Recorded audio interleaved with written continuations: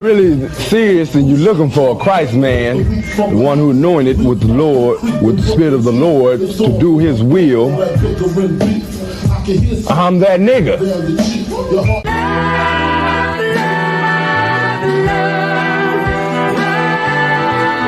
One West, 125th Street. Look, y'all put y'all faith in presidents like they gon' change this country. Run the league and let y'all play cause y'all gon' make them money. Fuck Obama, he ain't come here on cargo slave ship. What the fuck he do for blacks in his administration? I'm waiting, patient like a saint. Black, Hispanic, Native, they hate your ass the same. Paint Christ in they image, paint you as a slave. God ain't all love, scriptures say he hate. African soul niggas, they know we not the same. School to prison pipeline to get you off the streets. Put you in the cell toilet connected to the sink. Molested as a kid, she prostituted as a teen. The byproduct of Martin Luther King dream. They just took the yoke off, my nigga, we ain't free. We living bleak in these wastelands of poverty. If you don't know the truth, then the lies sound promising. Prophecy, gift and the curse. Dylan started killing, they was sitting in church.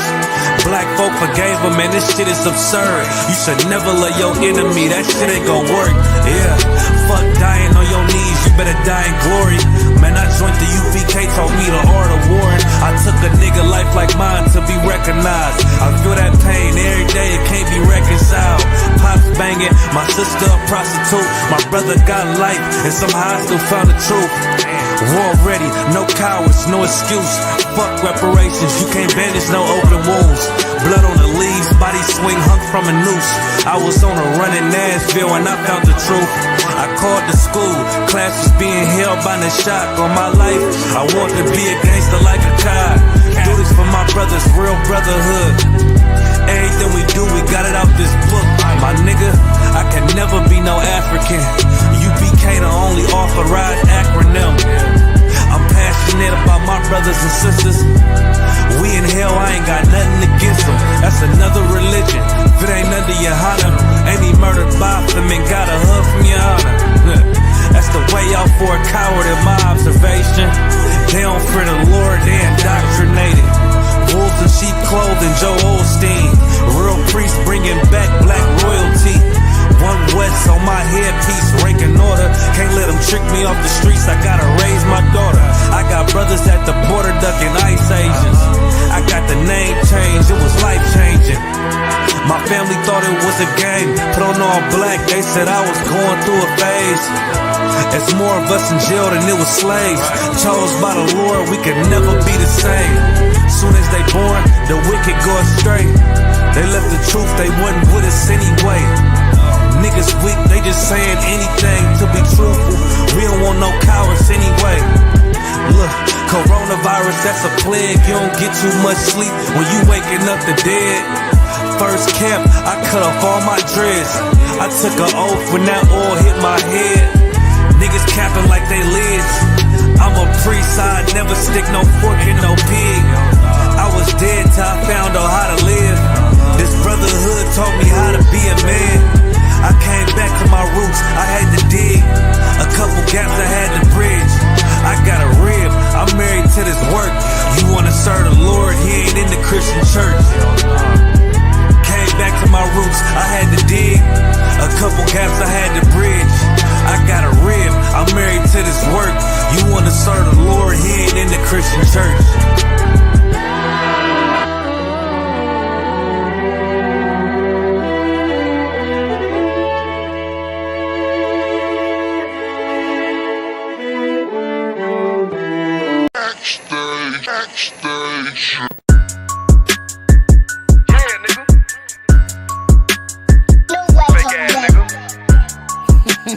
You ain't no Israelite, but you a gospelite, bitch. Fuck you talking about?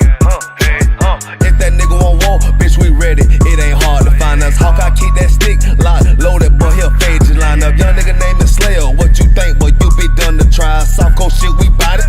UPK, you solid, little bitch think I'm crazy, think I'm playing like bitch, I ain't the one. Warfare every day, so who is you, bitch? I don't need your love. Killers right round the way, what you think? I love this brotherhood, a hood. More than you, bitch. Sharp on shit, I'm bout it. UPK too solid. Fuck nigga don't want war. It ain't enough clips in your army.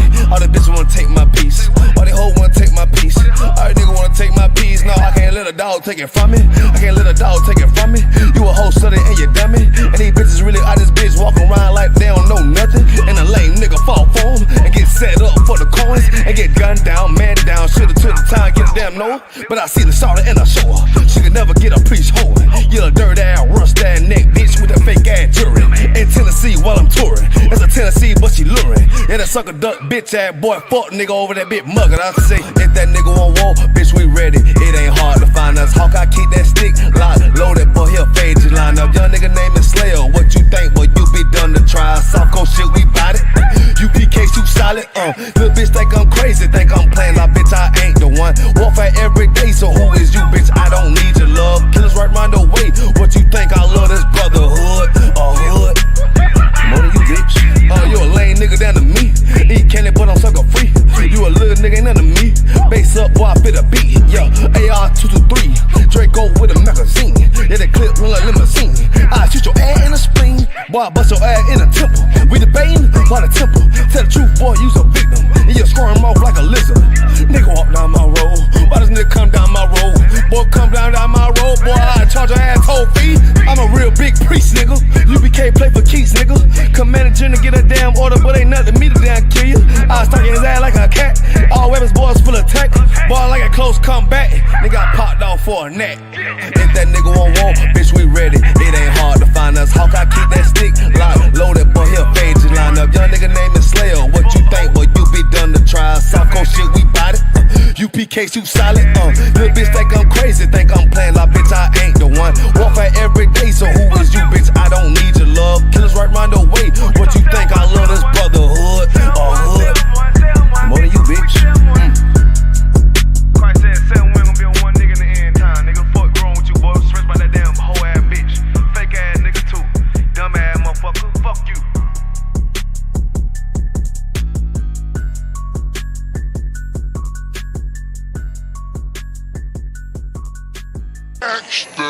This a Batman too. I promise you. This shit lit, cuz. This shit lit. Alright? Run that joint.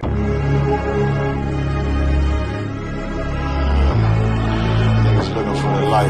Me and my niggas prepared for the dog. Yeah.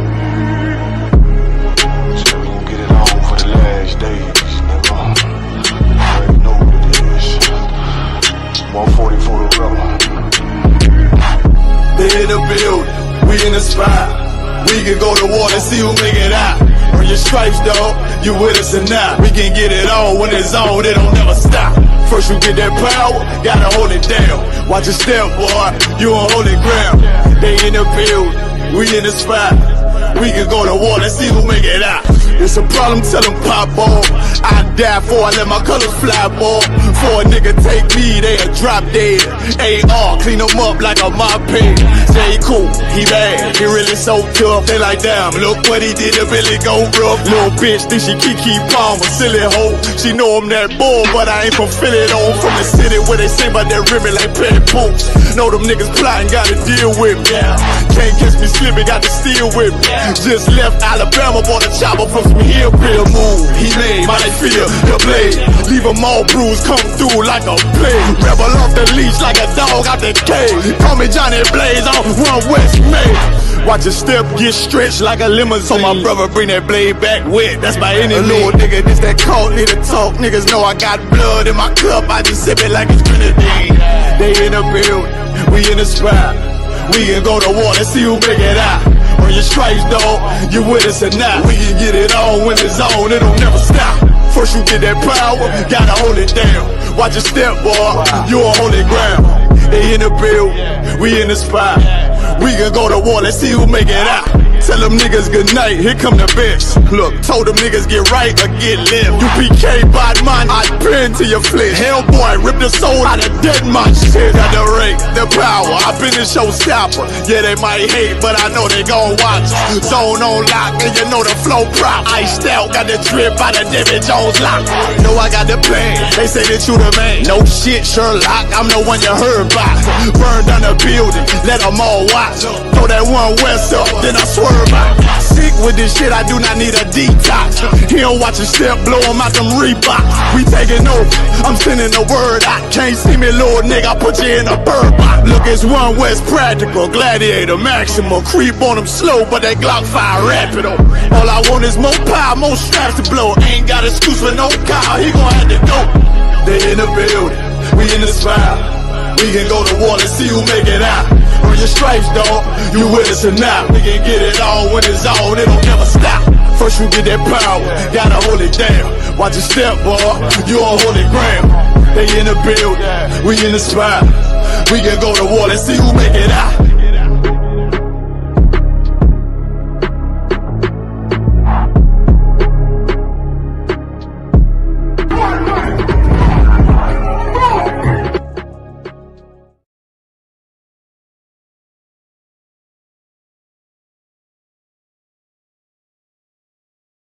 Wagwan Priest, you good? What's going on? Listen, man, I'm hearing you, man, you ISUPK brothers be talking about the Jacobites that was in Scotland were originally black. You man ain't reaching that. Listen, put that on the TV right there. You'll see it. This is the transportations. If you look right there, it will let you know Robert Adam, brown, William Bow, black, Dougal Campbell, brown complexion, black, brown. I see brown, black, brown, black, brown. This is all the Jacobites that was shipped out of places like Ireland and so forth. This is the transportations. Right. So this is giving you the complexion of the Jacobites that was shipped out of these places to Barbados and other islands in the West Indies. Yo, that's mad. So it's saying what? Robert Adams was a labourer and he was what? Brown faced. William Bell was what? Black, curled hair. Damn. That's deep, man. Which means what as well? Which also means black people was in Europe. Why? Because they ruled the Dark Ages. So that's why they was in Europe. You man are cold at history, man. All right, man. Shalom. Cosmopolitan Arts Festival. I'm here with Stan. You know what I'm saying? We're in the building in Leicester. You know, so as you're talking about multiculturalism, you mentioned your father's Jamaican Grenadian. Do you feel as though black people are treated fairly in the UK? And what have you experienced growing up being, you know what I'm saying, so-called mixed race? I mean, it's definitely not fair. I mean, we can all agree on it's definitely not fair. Yeah. Obviously, being Leicester is a lot nicer. I went uni in Liverpool, right, and that is complete opposite. So you hardly see any black people around. When I was driving, I've been pulled over many a time. Right. Being in the park, walking my dog, get stopped. And I'm like, I'm, you know what I'm saying? I wouldn't say I'm light skinned, but I'm definitely lighter than a lot of my mates, and they get stopped the same amount. It's just like, I don't understand. It doesn't really make any sense. And this is outskirts of Leicester, so it happens everywhere. Like, even if you think you're safe in a more predominantly coloured place, you still get stopped. Like, it's just not fair, in my opinion. Yeah, nah, definitely. I mean, there's definitely a difference in how black people are treated, even as well with the, you know, because there's other cultures that are here now, like you'll have your East Indians, your Arabs, your Hindus, so many different cultures, and it almost seems like they're not quite treated the same as we were treated, especially given like the contributions that black people made to England, and then to this day we're still treated in the way you mentioned, getting pulled over by the police. You mentioned, I know there was a story about Child Q got strip searched, you know what I'm saying, that young girl on a cycle. That sort of thing is how we're treated today. What are your thoughts on black culture in the UK, the contributions we've made, and what are some things that you think should be celebrated more about black culture? First of all, music. Music is, I think, is the, like, when you look at British music, what are you looking at? You're looking at the black scene, realistically. Like, that's how I see it in the UK with like the grime scene. That's what I listen to. Celebrating wise, celebrate food, especially the vibe. Like, bro, I'm so proud to be. I'll be there with my boys. And okay, cool. We're getting dodgy looks from people sometimes if you're in a large group, even though you're not doing anything wrong. However, you're literally always smiling, always laughing. There's never a dull moment, and it's just like that's what you. I don't know. It's always the same. Like, no matter how the boys you meet, it's always the same. It's so good. It's so nice. So yeah, that's literally what needs celebrating. The fact that it's just always vibes. It's always vibes. Food, music, everything is so good. Yeah, definitely. One thing I've noticed about black people, you know what I'm saying, I'm being a black man myself, like, no matter what black people go through and what we face every day, we can see it on the news every day, but we're one of the most strongest willed people. Like, we persevere through anything. Like it's crazy to see. Yeah, I agree.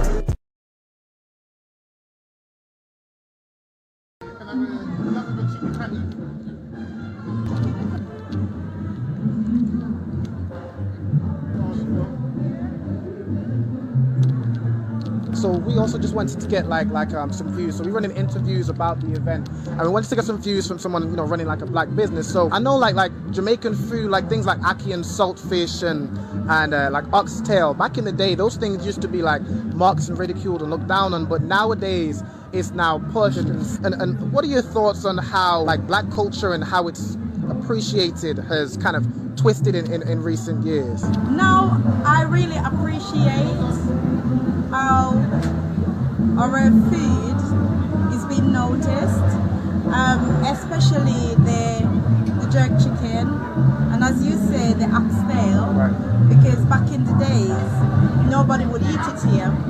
It used to be only in soup, is boiled soup, but now oxtail has become like one of the most expensive dish, because everybody is having oxtail. So it's really good that it's been recognized. The jerk chicken, last year I won British Street Food with the jerk chicken dumpling. So I made the jerk chicken inside the dumpling, and it won the British Street Food 2024 last year. So it's really good that our food is being recognized. And one of the things that I've noticed now is like some people, they will have 2 flags selling Jamaican food, but when you actually go, it's not Jamaican food. So it's not run by Jamaican people. It's not run by Jamaican people, and it's not cooked Jamaican. So Jamaica alone name sell Jamaica, and once you get a good authentic Jamaican cuisine, you feel like, wow, I'm back home. But when you cook Jamaican food, it cooks from the heart. If you just get up and just say, oh, I'm just going to do that, and you're not really in love with it, you're just doing it for the money, not for the love of your culture, or back in the days. Because I try to be as close as to authentic as I possibly can. Not saying that I'm always right, but to the best of my knowledge. So yeah, it's really appreciated. That's amazing. Thank you.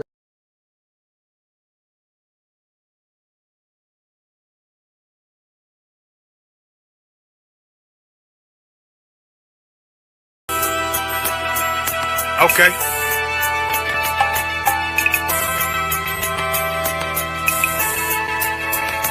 Homie, I've been. There's a king that's coming back to save our people. Now we should be preparing ourselves for the return of our king, not stuck up in these denominations and religions that's destroying our people and destroying our nation. So when we are in this kingdom and our brother and sister is doing wickedly in this kingdom, we must tell them, look, the world is expecting you to stay docile, to stay stupid. That's what Christianity teaches our people.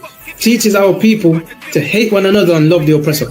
Like, we'll never forgive one another for anything that another brother or sister do to us, but we'll forgive the oppressor in a heartbeat. There's something wrong with that, man. Imagine living your life as a whole Christian your whole life, and life's good because you're a Christian and Jesus is white and everything's going great, and there's a landslide and the earth opens up and you go downstairs and you walk through this place and you see a black Jesus, man. Why is Jesus Christ black with an afro in the catacombs, man? This predates the Renaissance period. So when you read the book of Genesis, the trees in the garden with other nations, a leaf, what does a leaf do to a tree? Cover the tree. So Adam took the covering of another nation. What's the covering of another nation? Their culture. So when the Most High saw him, say, yo, Adam, where are you, man? Where are you? Don't mean I can't find you. He means like, who is this nigga? Like, where are you, man? I don't know you. Okay. So the Ba al Banya Yasha'ala wa Amarath al-Ham wa Aidya Yahaw. The Ba means speak. Al, when it's joined with something, so al Banya means what? Unto, right? Excellent. So al when it's joined with something means unto. Banya means children. Yasha'ala is Israel. So unto the children of Israel. Like if it's one thing a hoe gonna do, a hoe gonna hold. But you ain't, she can't hold if there's nobody to hold with. And the thing she said at the end, where she said, I went back and I lied to him and he still wouldn't do it. And then she threw up her hands and she said, well, he'll just be a brother. That's what he need. That's brothers. Right. If we have more brothers, hoes like her wouldn't have no outlet. There was a man in the land of Oz, his name was Job, and that man was perfect and upright. There you go, the man called Job. I think Job is what, like, afflicted. And that man was perfect and upright, meaning what? You can be perfect, man. Job was a man like everybody else, man. Job wasn't no angel, he didn't come from the heavens, and that man was perfect, meaning what? You can be perfect in the Bible. Being perfect is in the Bible. Had fringes on my coattail way before Jimmy. Funny how the general ain't even see a penny. Better show respect, get smoked like a chimney. Keep my name out your mouth, don't even think it. Send a real Smith at y'all, no Jada Pinkett. Both ball heads, my grain above 50. Lost my man to the game, that pain that stuck with me. Had to find a cheat code to the street though, cause them niggas getting fouled, shoot you like a free throw. Keep spitting acid like a Mino, and the nigga be the nicest with a mean flow. Okay, clap it up, clap it up. With the ISUPK, started out of 1 West, 125th Street, Harlem, New York, under Commanding General Yohana. And I'm Captain Karafa of the ISUPK in the UK. And from 1969, we've been teaching that blacks, Hispanics, and Native Indians are the real Israelites according to the Bible. You know, we have classes at 394 Lodge Road, B18, 5PW. Monday 7 to 9, Wednesday 7 to 9, Thursday 7 to 9, Monday being the law class, Wednesday being the history class, Thursday being the scripture breakdown class. We also have 2 online classes on Tuesday and Friday, 7 to 9 as well. One being the brotherhood class, one being the Lashawan Kodash class, which means holy tongue in the Hebrew. We teach black men how to speak how Jesus Christ spoke, how to speak how the men of the Bible spoke. We teach that exact same language. You can learn it in the ISUPK. Also, you can learn how to be a brother as well, man, in the ISUPK every Tuesday, 7 to 9. Also, subscribe to all of our social media platforms, ISUPK United Kingdom, on Facebook, Periscope, Instagram, YouTube, TikTok, all of that. Run all that. So, and also contact the school on 079 607 46784. We got On the Ends as well, which is every Friday, 9 to 11, a powerful podcast. All this, everything that's happening in the black community, we definitely cover that On the Ends, man. You can also call into the show as well, get your question answered, chime in, interact, the whole 9. You get me? So with that, any questions anybody wants to bring out, or anything anybody want broken down, or any questions or comments, or is there anything I missed? So if I could, sir, real quick. It's like about Alban. You sound hella low, you know. It might be me. Let me turn you up in my headphones. Oh, hold on. Yeah. Oh yeah, better. That was me. Go ahead, Alban. Okay, mostly. It's like if I could, you know, how John was the reincarnation or regeneration of Elijah, right? Is the precept for that? Is that Luke chapter 1 and verse? Luke chapter 1 and verse, which verse is it? Where is that? Verse 17. Read it. Or is that so Luke chapter 1 and verse 17. And he shall go before him in the spirit and power of Elias, to turn the hearts of the fathers to the children. That's one of them, and yeah. The disobedient. That's one of them. Okay. Another one is second.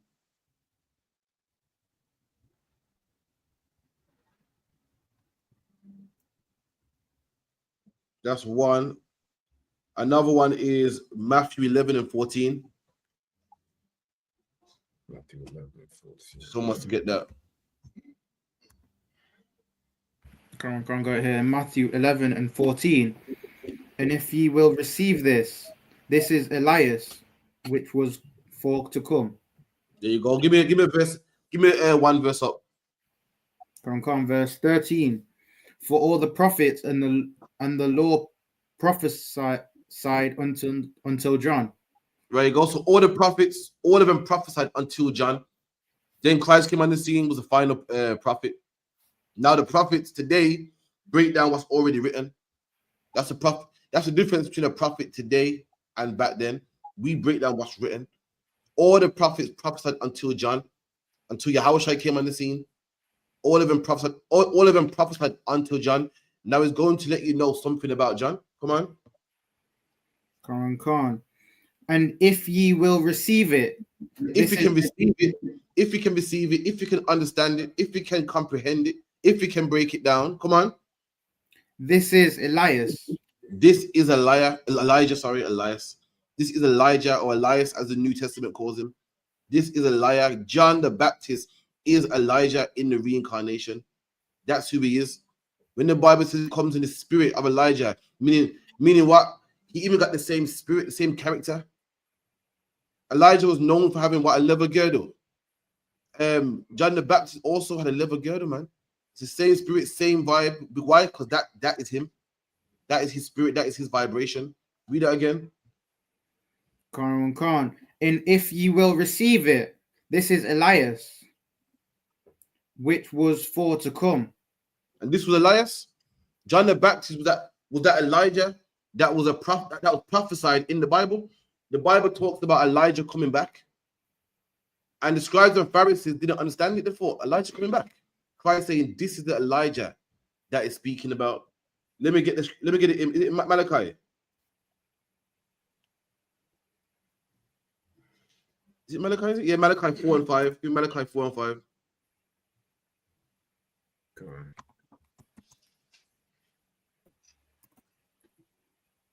Book of Malachi chapter 4 and verse 5. Behold, I will send you Elijah the prophet. There you go. Before the coming. So this is deep. This is deep. In the book of Malachi, it said, I will send you Elijah. That's why Christ is speaking to people that knew the Bible. That's why it goes, this is Elijah, what the Bible's talking about. Christ was speaking to people that knew the Bible. So people say, oh, that's what it meant. Which, Alban, drives me crazy, because what do we do all day at camp, in class? We debate people that don't know the Bible, man. Pisses me off. Excuse my French. You know what I mean? Christ was debating people that knew the Bible, so he can check them. We debate with people that open the book and said, so Gentiles can be saved here. It says water baptism. I got to break it down to them, man. Christ was at least breaking people that was somewhat learned, man. Somewhat knew something, man. When a man's learned, the battle's better, because you can say, okay, then this is what the Bible's talking about when it says boom, boom. But we can trap a man. When a man's dumb, talking about Christ, no matter what color Christ is. I asked a man on Saturday, like Elijah. I asked the man on Saturday. The man said Christ's color is in the Bible, but it don't matter. I said, so what else in the Bible that don't matter, man? Why follow this book? Haven't we shut the book, man? Eating pork don't matter neither. Then being a statue diva, that don't matter neither. Getting tattoos, that don't matter neither. So why are we even reading the book, man? That's how at least Christ was debating people that knew the Bible. That's the point I'm making. Go read what you're wearing, Malachi. Come, Malachi 4 and 5. Behold, I will send you Elijah the prophet before the coming of the great and dreadful day of the Lord. There you go. So everybody was waiting for Elijah to come. Why? Because in the book of Malachi, it said Elijah would come. So everyone was waiting. And, yo, where's Elijah, man? Like, you know what I mean? With Elijah coming, what's going on, man? And Christ said, what? Elijah came? That man you're looking for right there, John the Baptist, man. That's the Elijah you was waiting for. Why in the Bible there's something called regeneration, man, or what the world calls reincarnation. Means what? To redo again, like repeat or rewind. And carnation means like you got carnivore teeth, or your carnivore means meat or flesh, man. To be back in the flesh again. That's the breakdown of reincarnation, and we all come back in the flesh again, man.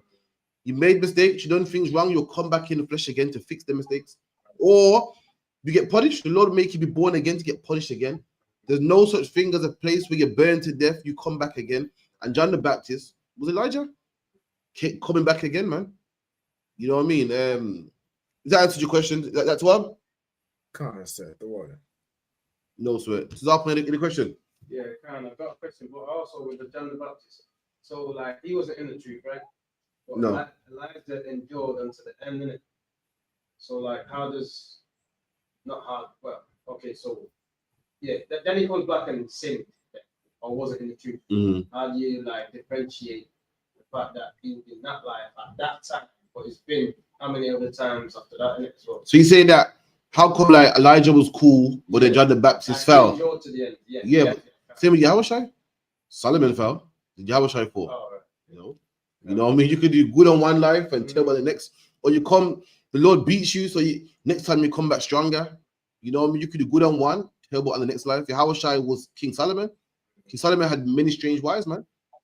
King Solomon, Yahushua was also Isaac as well. Isaac was a good brother. So it just depends on, if a brother got weak that time or weak the other time. It don't mean, his brother's flawless and they're going to come back every time. You know what I mean? This ain't a fairy book. It's not a pill you pop and, you're just great and you never make mistakes, man. You know what I mean? No one's infallible. No one's at a stage where they can't slip up, where they can't make mistakes. Jesus Christ himself was tempted. Satan wouldn't tempt him if it wasn't possible for Christ to fall.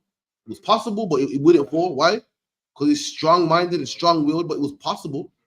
Then Satan wouldn't waste his time. The Lord wouldn't send Satan upon him to tempt him to break his fast or tempt him to commit suicide, man. What Christ went through, we all go through it. And Christ is the proof that we all can beat these desires, man. We all can beat these things we go through. Go ahead. So like, yeah, so let's say that was the final.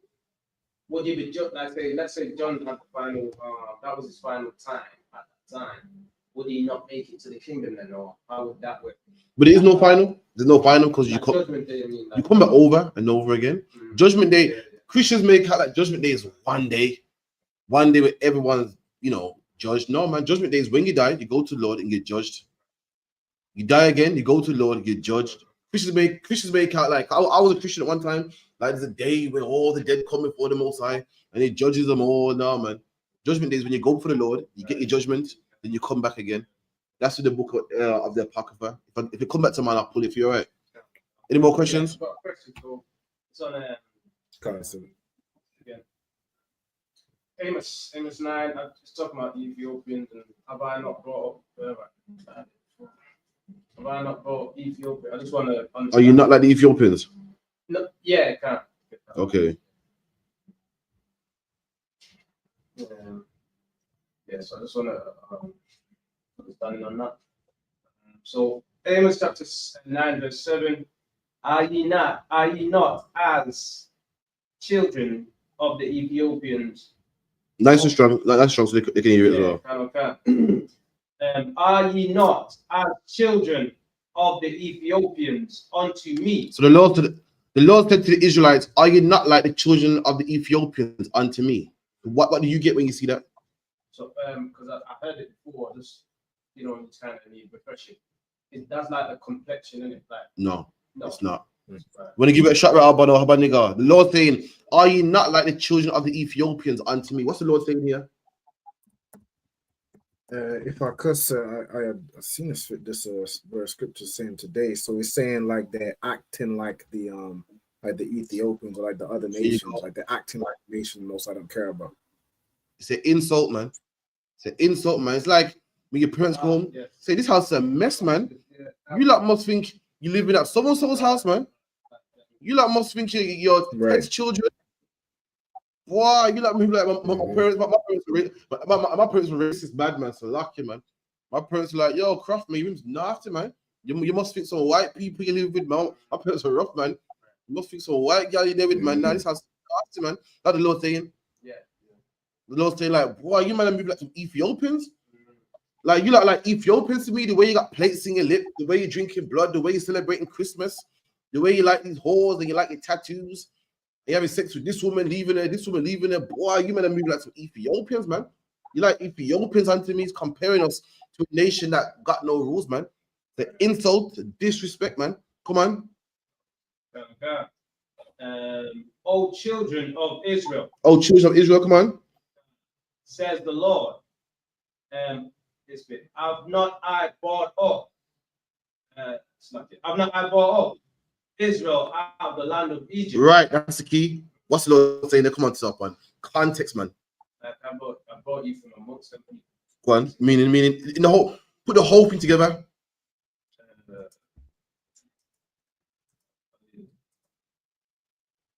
Are you not as children of the children of Israel? Have I not brought up Israel out of Egypt? Come on. Rob, when you get a shot? Can't say if I could. The whole thing together, go on. Yeah, so he's cussing out the children of Israel, saying, "Y'all acting like these Ethiopians. Y'all acting like these Africans. Like, did I not bring you out from the land of Egypt? Like I took you." No, the Lord saying, you man moving like Africans, man. Didn't I move you out of the Africans land?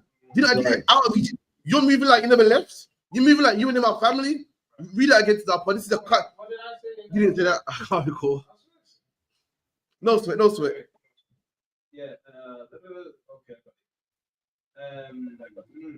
O children of Israel, says the Lord, I brought up Israel out of the land of Egypt. There you go. Didn't I bring you out of the land?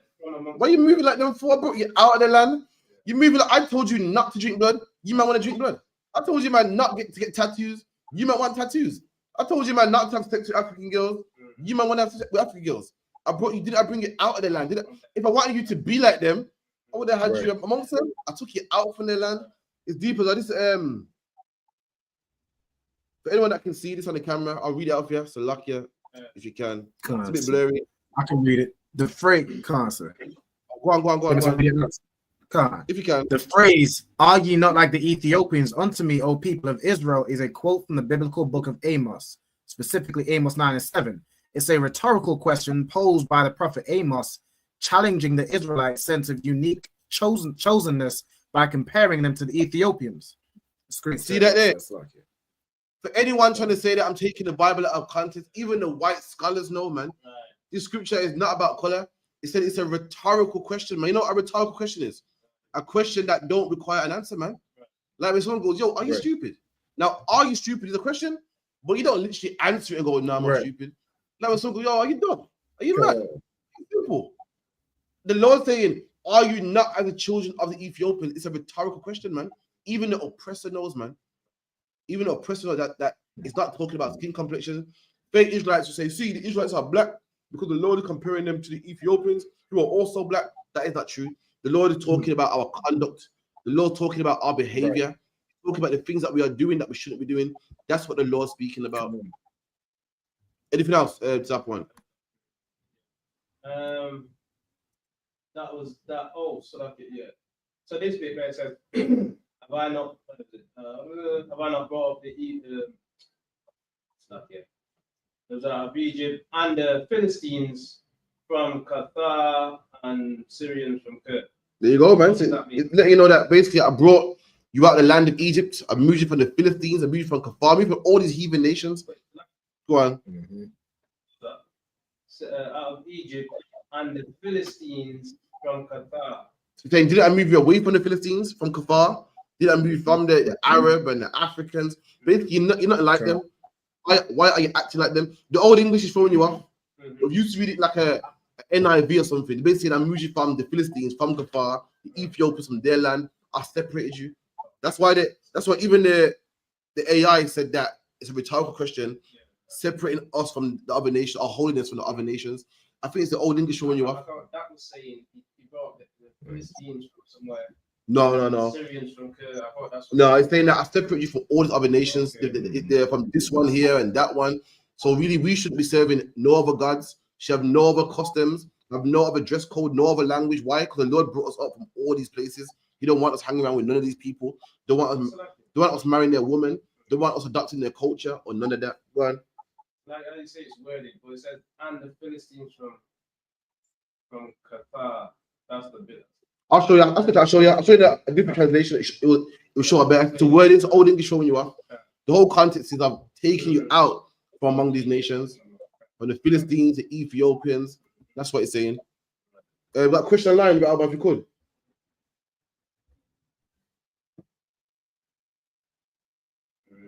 Are you frozen? Ain't no sweat. So like you said, let me to read this question. Please, if you could.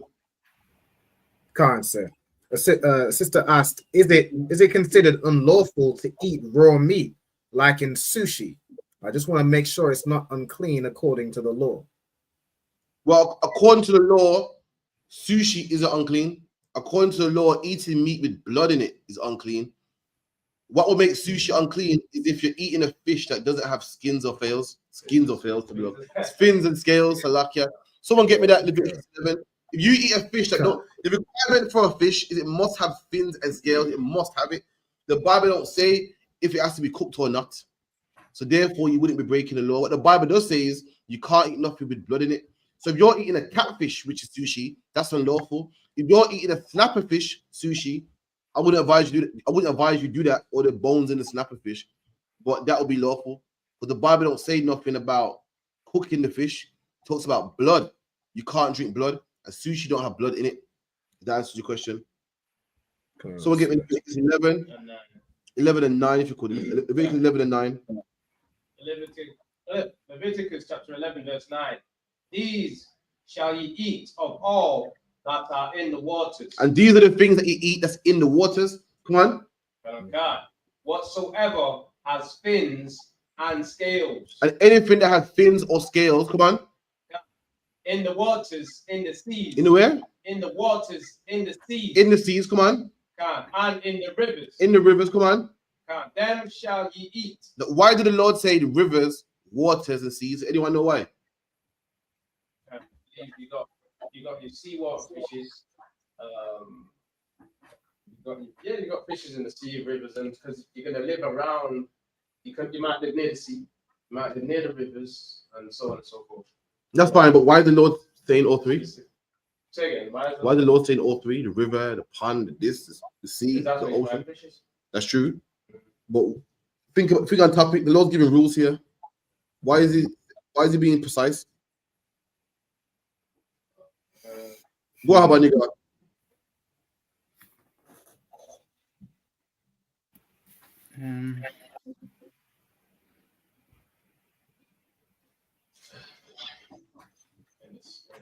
No. Is it saying like not everybody of water? No. What about Alban? It says whatsoever had fins and scales in the waters, in the seas, and in the rivers. Is it that there could be things that have fins and scales but are not in the waters? I was trying to think of an example. No. So I'm not sure. Think about giving rules. What do you do when you're giving rules or instructions? You had to be like specific. There you go. The Lord being specific. So when you read the Bible, the Lord's specific. So the Lord will give a law about sexual deviancy. What would he say? If a man lies with mankind, both have committed abomination. The Lord don't want no man to say, yeah, but I was dressed as a female, or you had a sex change. The Lord don't want no gray areas. So the Lord said, when you're eating fish, you don't care if it comes from a pond, river, lake, ocean. It must have fins and scales. That's how it is when you lay in rules. Any father that knows, when you leave rules, when you leave the house, you let kids know. You don't leave your kids to go, I'm confused here. Why? When you're confused, that's when you make mistakes. That's when you do things you shouldn't do. So you always make your rules clear. So the Lord's making it clear. It must have fins and scales. I don't care if it's in a river, pond, lake, ocean. So no man can say it's catfish, but it's in the ocean though, or it's in the river though. It don't count because I found it in a pond. It don't count because I found it here. The Lord makes his rules black and white, no gray areas. Read that part again. Whosoever has fins and scales in the waters, in the seas, make it explain. So in the seas, the ocean, any type of water, man. Come on. In the rivers. In the rivers, the Lord don't care if you got it in your fish tank, man. You can't eat it, man. Come on. Them shall you eat. Them shall you eat. The fish you can eat are the ones with fins and scales, man. So what about lobster? You can't eat it, man. Lobster in water. Lobster you find in the river. Lobster you find in the ocean. Can't eat it though. You know why? Because they don't have fins and scales, man. Right. What about shellfish, crab? You can't eat that, man. Why? Because they don't have fins and scales, man. What about catfish? Can't eat it, man. Even though it's a fish, even though it got fins, it don't have scales, man. It's smooth, man. What about tuna? No, you can't eat tuna. Why? Because tuna has fins, but it does not have scales, man. Therefore, it's unclean to you. So you got a sushi, and it's a clean sushi. You ask the chef, what fish is this, man? The first thing is brim, tilapia. What else you got? Snapper fish, mackerel. Not mackerel. No, haddock. Mackerel's unclean, right? No, it's not mackerel. It's salmon. All that good stuff there, man. You can eat it. The problem is not if it's raw. It's if it's the blood. If blood is in it. Get me Leviticus 17 and 10. It's 17 and 10. Yeah. Come on, sir. The book of Leviticus, chapter 17 and verse 10. And whatsoever man there be of the house of Israel or of the strangers that sojourn among you, that eateth any manner of blood. There you go, man. There you go. The Lord had a problem with the man eating blood, man. You can't eat blood. That's why Esau lost his birthright, man. Eating blood, man. That's right. The Lord don't want us eating blood like them Africans. You know, Africans drink blood. Right. And they drink it quick before it coagulates and starts to bubble and stuff, man. Ugh. Disgusting, man. Can you imagine warm blood? Ugh. No, it must be hot like soup, man. Right. The Lord said you cannot eat blood, man. You cannot have them what's that thing called? Black pudding. Yeah, right. Black pudding. In the UK, there's something called black pudding where it's like a super duper abomination, man. Not only is it blood, it's pig's blood. Pig's blood, man. Damn. The Lord don't want you doing that, man. Come on. Come on, sir. That eateth any manner of blood, I will even set my face against that soul that eateth blood. And the Lord's against that man. The Lord's not with that man that eats blood, man. The Lord ain't gonna bless the man that eats blood. The Lord is against him. This is how serious the Lord took it, man. I don't want to hear nothing about black pudding. It's just pudding, man. It's a bit of cake. No, it's not, man. The Lord says it's serious. The Lord says he will set his face against that man that eats blood, man. Come on. And will cut him off from among his people. And that was the punishment for a man eating blood. That man was cut off, man. That man was no longer one of us, man. You know how you disown your children? You're like, they ain't mine no more. You know when your son becomes gay, you cut him off, it ain't mine son no more, man. You see him in the street, you walk past him. The Lord did that to us if we drank blood. For you drinking blood, you might think, black pudding's nothing, man. It's a piece of cake. No, it's not, man. In ancient times, you'd be cut off. You wouldn't be one of us no more. You wouldn't be allowed to be around us. You wouldn't be allowed to be in the Passover. We'll kick you out our gates, man. You have to go wander the wilderness, man. You have to go China or somewhere, man. God. You know what's mad? Like the world ain't like how it is today. You know now the world's all built up and so forth. You can leave one country, go to the next. Back then, if you was kicked out your land, you know, you have to travel the desert, man. You know who's out there in the deserts? Bandits and thieves, and that was your life. Imagine traveling from Manchester to Birmingham. Like the wilderness would be what? The motorway. Oh, imagine just walking the motorway, man. Cars, bush, tree. What's in the motorway? Bush, trees, cars, just wild animals. That's you. You got people in Manchester living in the city, gates, rules, community, living nice. People in Birmingham living nice, gates, communities, police, safety, and there's you in the middle. There's you in the middle, just traveling. You might buck up on one person you can't even trust. Yeah. You might rob you. You know what's out there, man. That's how serious the Lord saw this. You be left on the highway to fend for yourself, man, until you can go into a city and hopefully they trust you and hopefully they take you in. That's how serious the Lord saw it if we drank blood. Come on. Verse 11. For the life of the flesh is in the blood. Right. Now, what does that mean? You can't drink blood because the life of the flesh is in the blood. Now, Alban, you're not allowed to answer this. In fact, Habani got answers.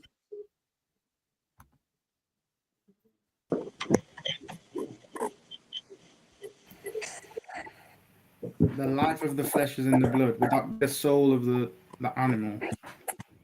No. Right. I'll break it down for you. Look at my hands. Look at my hands here. The life of the flesh is in the blood.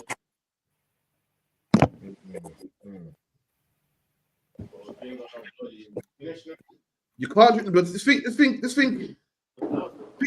Think hygienic.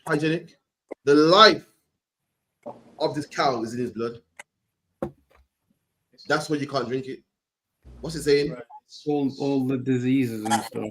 There you go, man. How it lives is in his blood. Listen, if you got diabetes, yeah, how does the doctor know? Blood test. There you go, blood test. So the doctor knows you got diabetes by checking your blood. Why is that? Because your life is in your blood. The doctor knows if your sugar's low. Nowadays you can prick your finger, boop, put it on the machine. Yeah, man, sugar's low. We know if your oxygen's low. We know if you got AIDS, we know if you got gonorrhea, diabetes, herpes, whatever the case may be, by taking a blood test. Why? Because your life is in your blood. And that's why you cannot eat the blood of an animal. Why? Because the diseases he got, you will get. And the Lord didn't want Israel full of diseases and riddled with diseases. So he made sure that when you have food, you got to cook out the blood, man. Which black people do. We're not into that, man. That's why, black people ain't African, man. We don't eat no blood, man. That's Don't right. eat no blood, man. Black man, see, look, I see black man biting chicken, see a bit of red. I'm like, oh. And I see man get rid of the whole chicken, you know, the whole, Right.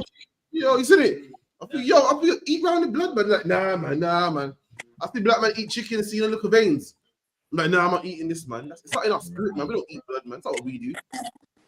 But the other nations do, what the Hamites do, eating bush meat and them type of things. We don't do that, man.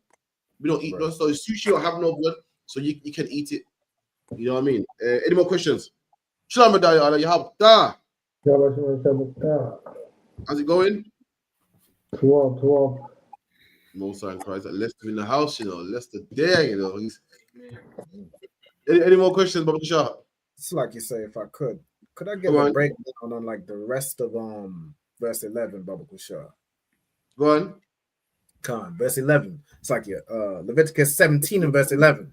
For the life of the flesh is in the blood, and I have given it to you upon the altar to make an atonement for your souls. Right. So when you sacrifice the animal, the Lord will give you the blood. The Lord saying, this part of the animal don't eat. The life of it is in the blood. But when you sacrifice the animal, pour that blood on the altar. You know read Leviticus, Exodus, the rules of doing the sacrifice. Well, the Lord wanted the blood. That's why Christians say, what? I'm under the blood of Jesus. Why? Because Jesus is the sacrifice. And when you do a sacrifice, it's the blood that matters.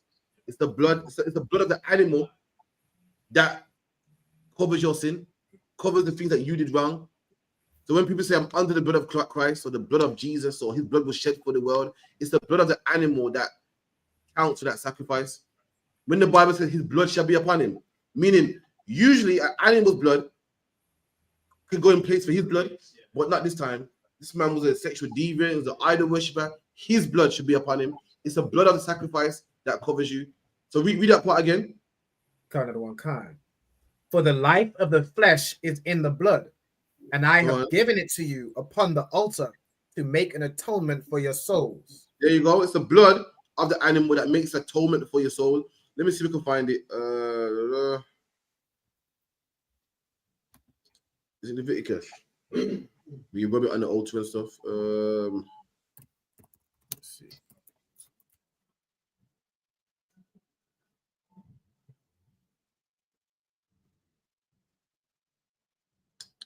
Bear with.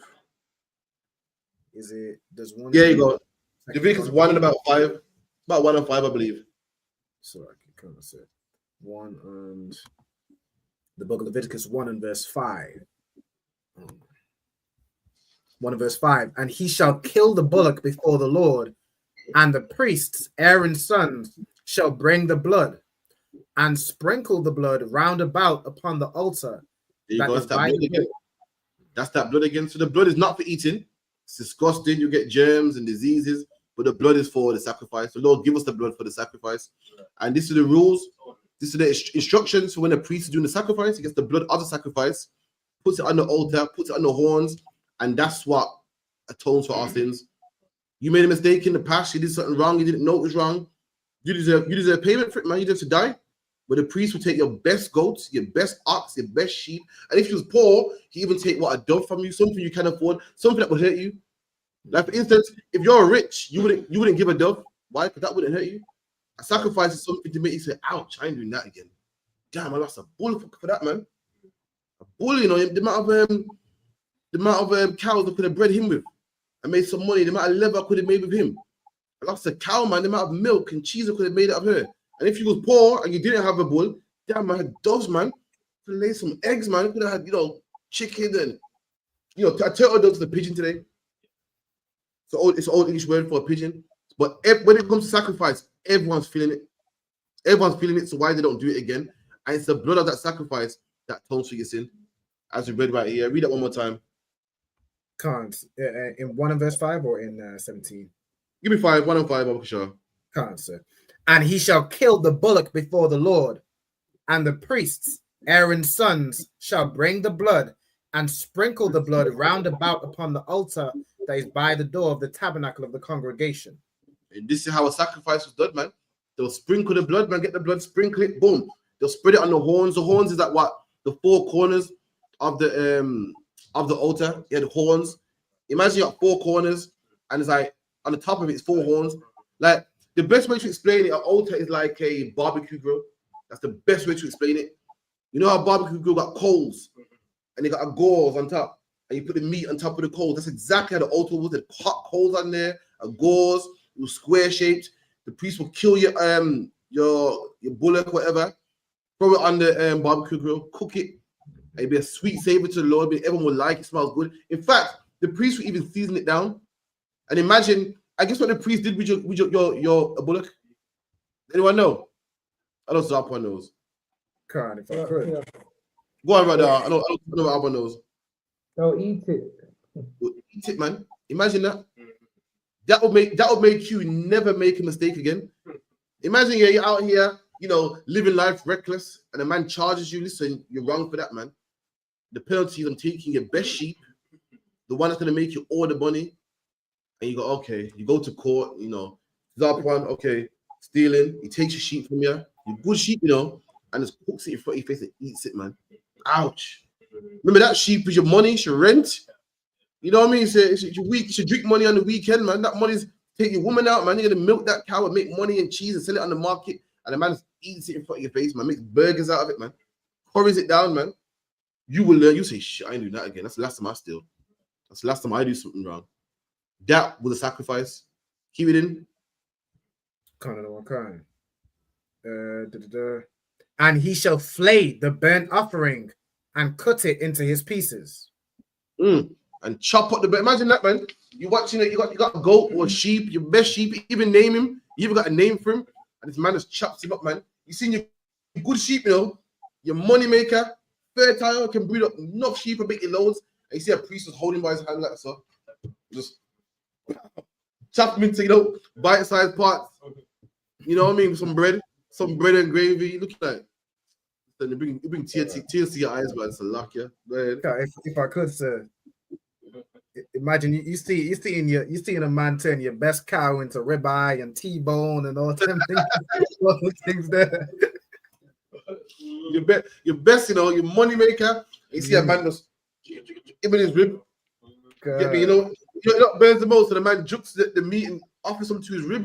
It's a nice, babe. Looking, that'll make you not do it again, man. Anything else? Any more questions?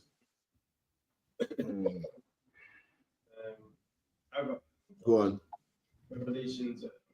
Oh man, I had to go Revelations on me. Example, I had to go Revelations on me, Just need to understand that. Revelation 21. Talk about the new heavens. Go ahead. Nice and loud. Revelation chapter 21, verse 1. I'll go from 2. And I, John, saw the holy city, New Jerusalem, coming down from God, out of heaven. Right, so John is seeing a vision here. When you read Revelations 1:1, the first verse is what? I, John, was in the spirit on the Lord's day. Letting you know what? Everything is writing about is spiritual. Right. It's not physical, man. There's no woman riding a beast with 7 heads and 10 horns. There's no, there's no man breathing fire. Everything he's seen is spiritual. So John is seeing what? Heaven come down from the sky. Keep it in. Okay. Heaven prepared. God coming down from God out of heaven, prepared as a bride adorned for her husband. Come on. 23. And I heard a great voice out of heaven saying, behold, the tabernacle of God is with men. Come on. And he will dwell with them, and they shall be his people, and God himself shall be with them and be their God. So what that part broken down, or? Yeah, I want it's gonna be like in the days where Adam was with the Most High. That's right. Or David, or Solomon. That's the kingdom. The kingdom of God, or the kingdom of God, the kingdom of heaven, or the kingdom of God is where black people rule. That's what it means. Christian taking the kingdom of heaven and say, oh my God, the kingdom of heaven is where you go to heaven and the clouds, and that is further, couldn't be any further from the truth. The kingdom of heaven when black people ruling, and it says what? He saw the kingdom of heaven come down from heaven. Why? Because it's something from God. This kingdom ain't something that man marched for. It's nothing that man fought for. And man said, yo, white man, I want some acres of land. What's that one people say? I want to own land. what we're gonna get, the kingdom we're gonna have, it comes from God Himself. That's how we're gonna get this kingdom. Come from the Most High. It's nothing we voted for, marched for, fought for, went to parliament for, and politics for, saved up money for. It's something that God is going to give us if you put down weed, crab, shrimp, lobster. Go ahead. So when it says coming down, it's like, you know, when the man's at the top giving the orders and the orders come down, innit? That's correct. Like that, not physically Coming down, I mean, it's from the Lord. It came down from heaven. It came down from God Himself. How the world's gonna run? It comes down from God. That's what it means. It came down for Him. Read that part again. Let me get it for you. And I heard a great voice out of heaven saying, "Behold, the tabernacle of God is with men." There you go. And the tabernacle of God. Tabernacle is a house. Meaning what? The Lord's gonna dwell with us, man. Right about now, the Lord don't dwell with us. Because it's evident, man. The Lord don't dwell with us. That's why black men get stabbed, man, but with zombie knives. That's why there's drugs in our communities, man. That's why the police kill us and no one goes to jail for it. The Lord clearly ain't with us, man. But in His new kingdom, the Lord's gonna be with us. You saw that video with a black man getting punched in his face by the policeman on camera and bus case. That could only happen if the Lord ain't with you. Hold that. Let me get one real quick. Hold you one. Let me get one. 1 second.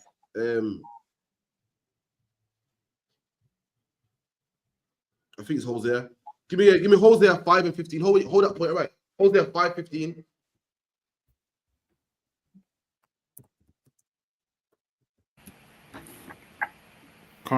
Hosea chapter 5 verse 15. I will go and return to my place. Look at that, man. The Lord said, I will go and return to my place. Black man, the Lord has left us, man. The Lord left us, man. You want to know why Mark Duggan's killers are free? Because the Lord's left us. You want to know why they can demolish and break up the Windrush monuments and no one goes jail for it? Because the Lord's left us, man. You want to know why black men get gunned down and killed by the police and nothing comes out of it? Because God has left us, man. Once upon a time, God dwelt with us, man. Meaning what? We was under His protection, man.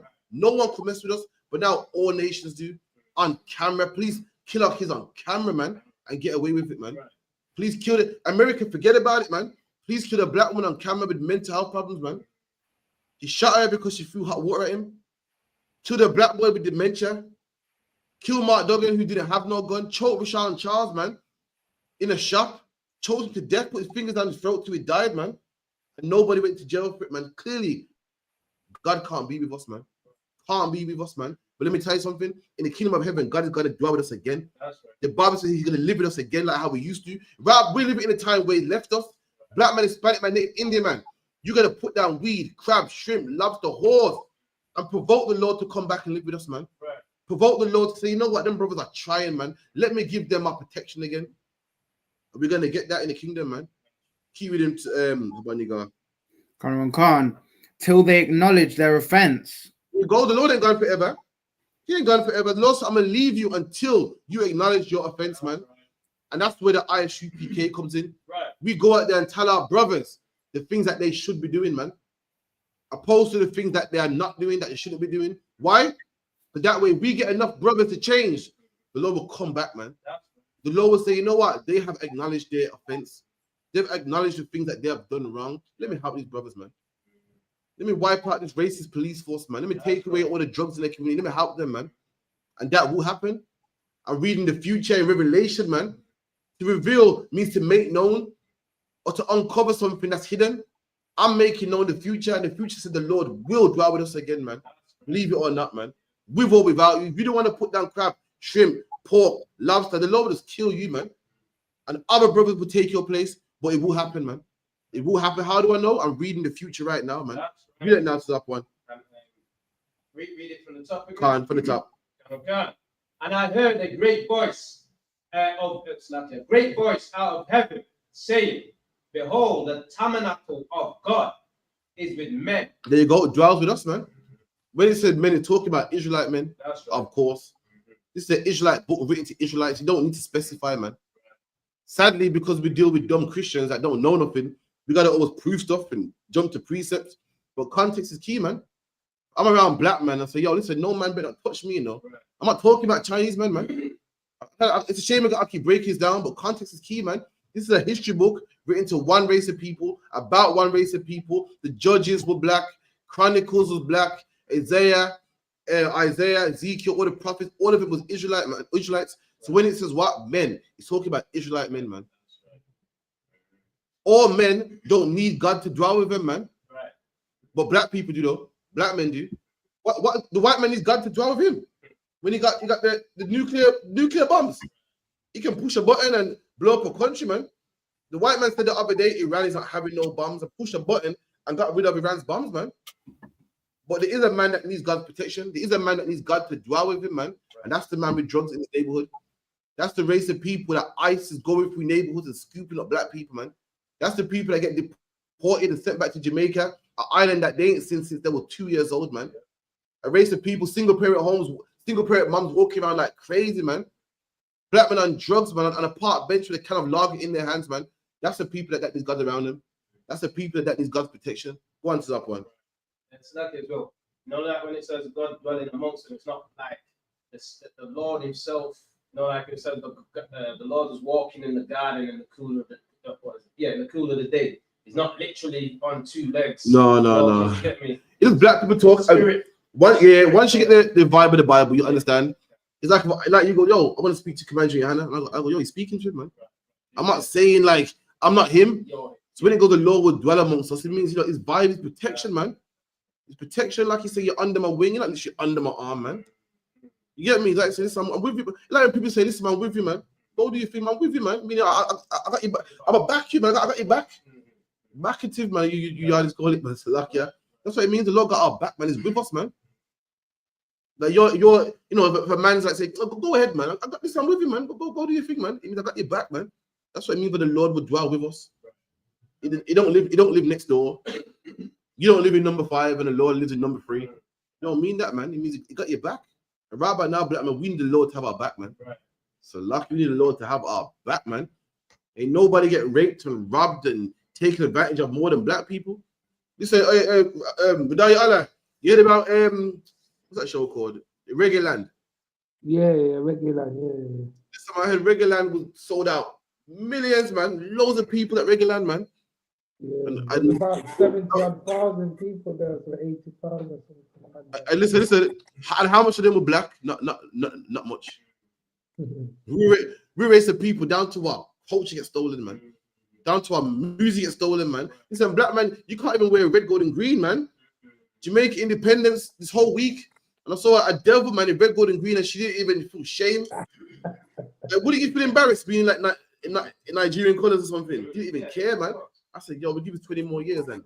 It's not going to be Jamaican culture more, man. It's going to just be faction. Black man, you need protection, man. You can't even make a tune without people rubbing it, man. So lucky, they're stealing your life. They're stealing your music, man. Stealing your culture, your slang, everything. Nothing left. Keep it in. God with them. And he will dwell with them. And they shall be his people. And God himself shall be with them. And God himself shall be with them, shall be with us. Come on. And be their God.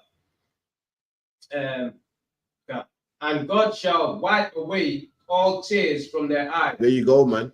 What's the whole context? The whole context is we used to live rough, now we're living good, man. The Lord will walk away all the tears from our eyes, man.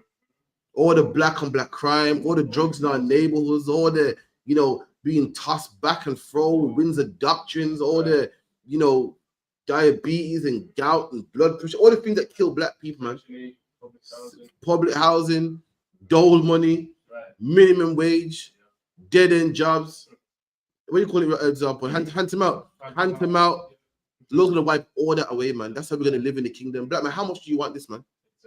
How much do you want this, man? You mean to tell me that every black man wants this? Every black man wants this, but you mean to tell me you want it, but weeds is better than this? I wouldn't mind this, you know, but boy, you said put that in the weed. I don't know, you know, black man, really? It's a plant? You're gonna give up all this for a plant? You're gonna give up all this for some whore? She's gonna have a whore with somebody else once she go jail. She's having sex with somebody else right now as we speak, man. Black man, come on, man. This is what we need, man. The oppressor wanted the moon, and he went to the moon, man. The oppressor wanted America, and he was willing to kill and murder and backbite and break his covenant to get it, man. How much do you want this kingdom coming from heaven, man? Come on. Another one card. And God shall wipe away all tears from their eyes. And the Lord shall wipe away all tears from our eyes. God, any more? Card. And there shall be no more death, neither sorrow. Right, break that part down. Right, let me send this real quick. Card. So, yeah, card. So no more public, I would say public housing, no more dying of gout, high blood pressure, sugar. You know what I'm saying? You know, black on black crime, no more shepping each other up, zombie diets and all that nonsense. No more dying of drug overdoses. You know what I mean? You know, and AIDS wards and all that. Absolutely, that's what it means by no more death. Right. Death in the Bible ain't talking about literal flatline, man. Right. Death in the Bible is what living horrible, man. If you could, Alban, get me that, man. I've set before you life and death, blessings and curses. Give me that one, Bobby Kishar. I'll send this link. That's in Deuteronomy. 30, that's it. Deuteronomy 30 and verse 19. Let me get it here. Book of Deuteronomy, chapter 30 and verse 19. I call heaven and earth to record this day against you, that I have set before you life and death.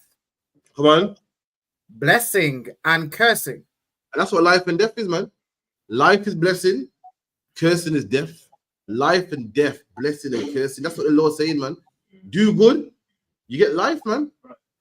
Do wrong, you get death. When the Bible starts giving life, it's talking about living good, man. When the Bible starts giving death, it's talking about living horrible, man. We all die. Man was made to die. Everything dies. The trees die and come back again. Man was made to die. Man, why do we get old? We're supposed to die, man. Christians say that, oh, we're going to live forever. Oh, shut up, man. Right. Christians talk nonsense, man. They say, if we live forever, but what age are we forever, man? We're 20? In what skin? Like, what age would the Lord I'm saying, like, have you lived? Do you stop at 19, 20, 30? Like, that? Oh, what that? And it wouldn't have be overpopulated. Right. Imagine you can't die, and you got man like Cesar Point, breed up the place. See, man like me, I'm cool. I'm a man. I wanted to. Yeah, brother like Cesar Point is making hit me, and they all can't die. And they all can't die. Listen, man, I've been populated, man. No, there's nothing left. Life and death is talking about living good, man. Right. Living a horrible life or living a good life. How do I know? How do I know? Someone get where someone get me where Christ said, I'll give you life in abundance.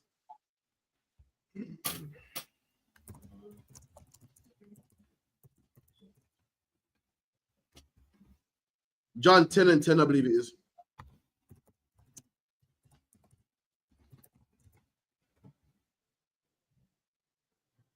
Book of John 10 and 10. Come on. John chapter 10, verse 10. The thief cometh not, but for to steal and kill, and to destroy. I am come that they might have life. There you go. Christ comes to give us life. Christ comes to give us life, man. Now, Christian will read this and say, yeah, see, Christ comes to give us life, heartbeat. It's not talking about that, man. Christ comes so that we can live good, man. So we can change and get the kingdom of heaven, man. So that all of our past sins, all the crimes we did in the past, Christ can die for them so the Lord can have a clean slate with us. Christ will come to give us life, man. Let's see what he's talking about. Let's see if he's talking about your heart beating.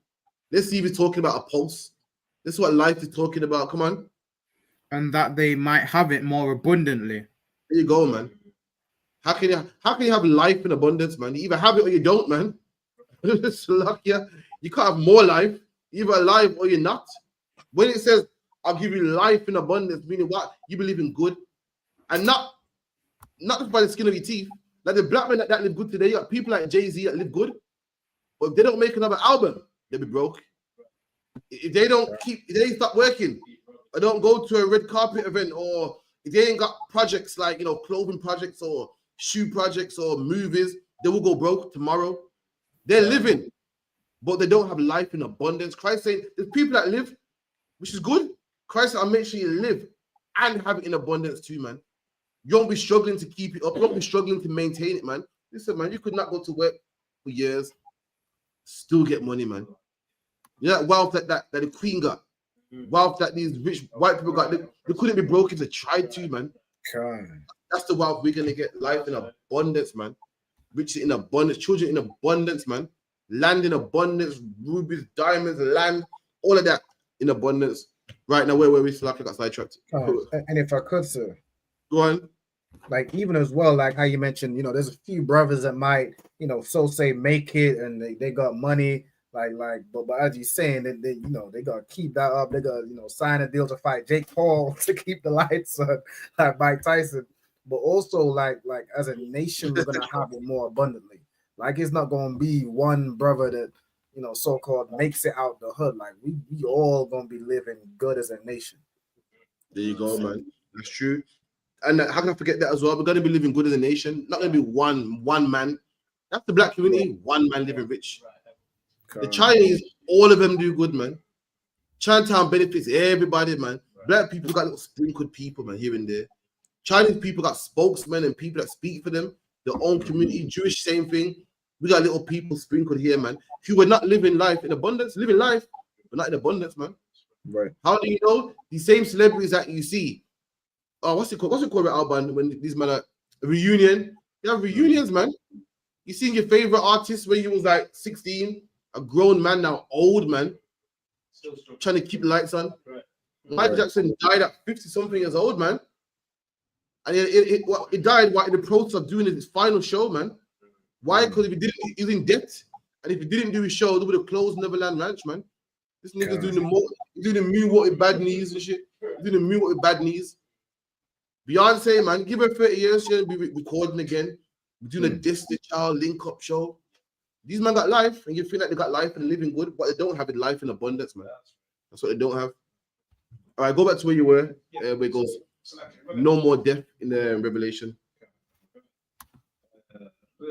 Verse 4, no more death, neither sorrow. No sorrow, man. Come on. No crying. No crying. All the things that make us cry, man. Right. All the black and black crime, drugs in our neighborhoods. Black men getting, robbed. Culture getting robbed. You make music. The so-called Jewish man gets rich of it. Meanwhile, you get the pennies, man. Right. You're the one writing all that, all them authentic bars and good lyrics and catchy slogans and performing and rehearsing on stage. And some Jewish man in his office gets all your money, man. All your royalties, man. Gets rich every time they play it and stream it. He gets rich, man. That'll make a nation want to cry, man. So luck ya. All that's gonna be done away with, man. Come on.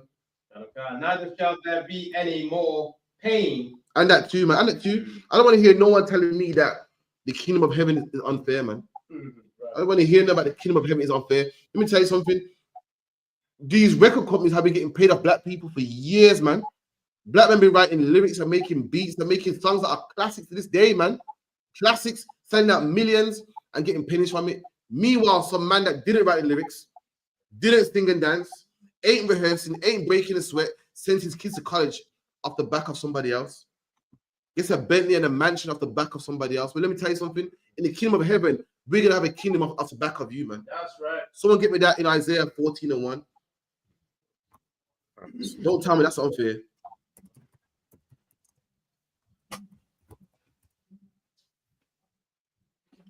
The book of Isaiah chapter 14 and verse 1. For the Lord will have mercy on Jacob and will yet choose Israel. It's like Isaiah 60 and 12, 60 and 9, please record. 60 and 9. My bad. No, sir. Book of Isaiah chapter 60 verse 9. Surely the isles shall wait for me, and the ships of Tarshish first. Come on. To bring thy sons from far, their silver and their gold with them, unto the name of the Lord thy God, and to the Holy One of Israel, because he hath glorified thee. And the sons of strangers shall build up thy walls. You hear that there? Right. Them strangers are gonna build up our walls, man. Why? Because my brothers built up your walls, man. My brothers wrote track after track after track, man. Records after records, made sold millions, man. And guess what? Your kids went to school off that money. Your kids went to university off that money. Your kids got health and dental care off that money. You had a nice cushy life and a nice mansion and a yacht off that money. So I don't want to hear nothing when you build my walls, man. Them same strangers that robbed us are gonna build our walls, man, for free. They're gonna make sure that our kids go to college, man. Right. They're gonna make sure that our kids live cushy, man. They're gonna make sure that we have nice houses and nice yachts and a big swimming pool. Why? Because we did that for you, man. Keep reading. Kind of the one, kind. And their kings shall minister unto thee. And their king shall work for us, man. You see, their kings, the people that they look up to in high esteem, and see him, he's from the bloodline of Keir Starmer, and she's from the bloodline of this. In that day, they're gonna be just ministers, man. Cause you see me, my grandfather go, I don't give a fuck about that, man. Go pick up this litter, man. So you see me, cause I'm a great grandson of Charles. There, shut up, man. Get that bin over there, man. That's what they're gonna be. All that status is gonna mean nothing in the kingdom of heaven, man. Right. King shall minister us. A king's job is to be on a throne. Not in that day. Your king gonna be a worker, man. That's right. Your king gonna have a high vis on. Your king gonna have a high vis and a litter picker, man. King Charles gonna have a litter picker and a high vis on, man, and a cap with his name on. King Charles in that day gonna have a McDonald's hat on, man. Right. All people look up to with high self-esteem, and that day they're gonna be litter pickers, man. They're gonna be wiping tables down. So you want to drink with that? That's who they're gonna be, man. Why? Because my people did it for you, man. Come on. For in my wrath I smote thee. There you go. There you go, man. The Lord smote us in his wrath. Black man, Hispanic man, Native Indian man, we pissed the Lord off, man. Right. And still pissing him off to this day. That's why we're on drugs, man.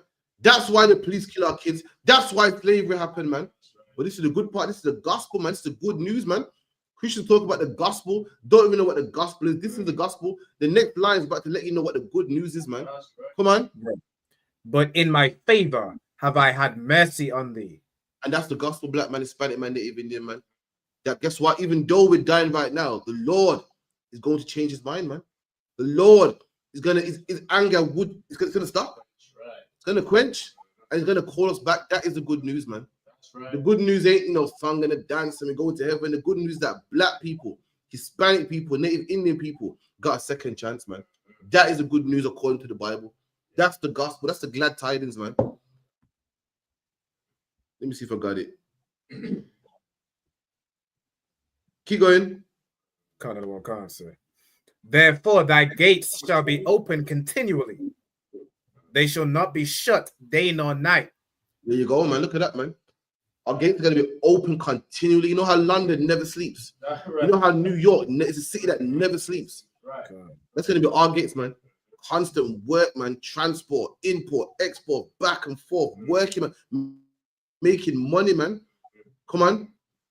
That men may bring unto thee the forces of the Gentiles. There you go, man. I'm going to bring the forces of the Gentiles, the riches of the Gentiles, man. That's right. Why? Because my people did it to you. Just like how you had the studio open all day and black men making hits all day and you got rich of the forces of black people, how you got boats and boats full of gold, man, and took it to Spain. You got boatloads of tobacco and cane and took all the forces of black people that worked in the Caribbean. We're going to get the forces of the oppressors, man. That's right. The time's coming when we're going to have all your forces. You're going to bring in boatloads and boatloads and boatloads of goods, man, and we're going to get rich of it. And it's only fair, man. It's only fair. It's only fair. If a man robs somebody, it's only fair that it pays back what he stole, and these nations are gonna pay back what they stole, man. That will happen, man. Go on. Go on. Yeah, just 9 now, so that can jump down a bit now. Go ahead. Last verse on that one. So that's Revelation 21:9 now.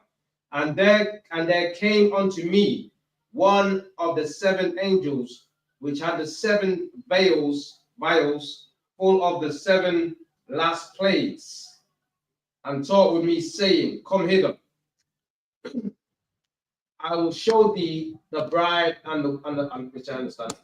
There's the angel, the power that says the angel, 7 vials. Read up part again. And there came unto me one of the 7 angels, which had the 7 vials. The vials, yeah. That's the bit. Yeah, full of the 7 last plagues, so that's the plagues that the destruction that the Lord's about to send out. So you read Revelations where you got the 7 seals, and each time they break a seal, a curse happens in the earth. Right. And you got angels with 7 vials. A vial's like it's like it holds like liquid, a cup, and the 7 angels with 7 vials, and they pour these destruction out on the earth. So he's seeing the angel with the 7th one. Yeah, that's what I'm. That's what I'm trying to get at, because what was the 1, 2, 3? What is the, you know what I'm saying? Uh, That's the plagues. Isn't it? That's the plague. I can't remember which one in particular, but one veil will be like famine, Right, another right. veil will be like death on the earth. Yeah, I'm just like it. What I'm trying to say is that you have to go through the scriptures to find them. Is that Yeah, you go to scripture, we let you know which veils which. But where we at right now, this is the angel with the 7th veil. Where we at? But we're at right now, yeah. Read what it says. Yeah. What's it? I'm reading this first. And there came unto me one of the 7 angels, which had the 7 vials full of the 7 last plagues. There you go. So this angel had a vial in his hand, and this vial represents what? The plagues. Right. Letting you know that we're in the end days, man. This angel poured out a vial, and this vial what let out plagues, man. Don't that sound like the COVID-19? Right. Don't that sound like smallpox? How is it we getting plagues? Like, if this plague was what in the 1600s, I would say, okay, cool, fair enough. 1600s, science weren't good like how it was. But to get a plague in 2025, with all with amoxicillin and antibiotics and all these things, that's crazy, man. To get a plague today shows you it has to be of the Lord. Right. The monkeypox and the smallpox and the COVID-19 and the new strains, letting you know that this is a plague from the Lord. This ain't no little bacteria, this ain't no nothing, this is with the science we got today. That's crazy. Also, one of the plagues were in Revelation 7, it says, not the earth, nor the trees, until we sealed the servants of God in their forehead. Okay. That's telling the angels to hold back the winds. Destruction, yeah, until that's right. Yeah. Go on, keep reading. I think that was it. The angels, hold on. And there came unto me one of the 7 angels, which had the 7 vials full of the last plagues, and taught with me, saying, Come hither, and I will show thee the bride, the Lamb's wife. You know where the bride is, right? And that's the Israelites. That's right, yeah. The Lord compares Israelites to his woman, his bride. Yeah. So he said, I'll show you the bride. So this is the end times, no more. Like a wedding. A wedding is a nice day, not like a funeral. It's the opposite for a funeral. A nice time. And that's how we're going to be living, man. We're going to be living nice. And black man, we deserve it, man. Yeah. We've sinned against the Lord, man. We've had a hard time. Now we got to fix up, man. That's right. Let the Lord give us some good times, man. Let's have a land of our own, man. Mm-hmm. Any other questions? Can't say if I could. Go ahead. Could I get a breakdown of the book of Joel, chapter 2 and verse 13? Joel 2 and 13. Can't say. Without Allah gave me this Bible. Without Allah gave me this Bible, yeah. I still find it hard to navigate, man. Let me see. Okay. 1 second. I'm near like Amos and he gave me a Bible, yeah, that makes it easier to navigate, yeah. Me, yeah, still can't do it. 2 and what? 13. 2 and 13, read it. Joel chapter 2, verse 13. And render your heart and not your garment. Right, you want to break down on that? Yeah, so if I could, right, where it says, and rend your heart and not your garments, what is the relevance of the garments? I'm assuming the rend your heart is like similar to where it's like in Psalms 51 and 17, the sacrifice of Lord is a broken and contrite heart, right? But if I could, what's the relevance of the garments in the context of what's being said, sir? Okay, so what does it mean to render your heart and not your garment, first and foremost? So like it's render. Rend, sorry. Yeah, so he says, and rend your heart and not your garment. So rend is to like rip or tear. That's right. So saying rend your heart, meaning be like tear your heart or your mind and not your garments. So if I could, I was discussing this verse with like Officer Tazapo the other day, and where it says like and not your garments. So is that like how like in Israelite custom, if you're mourning or you're sad or you go through something, you tear your garments, you put ashes on your head and so on and so forth. But is this saying to like instead of just being, we in the condition we're in today, we are at the bottom of society, we have plenty to mourn about. But instead of ripping our clothes and just staying down and being in mourning, instead use that energy, use the fact that the police killed your son, use the fact that your father wasn't in your life because he was strung out on drugs, use that to turn your heart into following the Most High. Absolutely. That's right. we had a custom, but a man was sad. He'll rip his clothing. You can get that. Someone get me that real quick in 2 Samuel 13:31.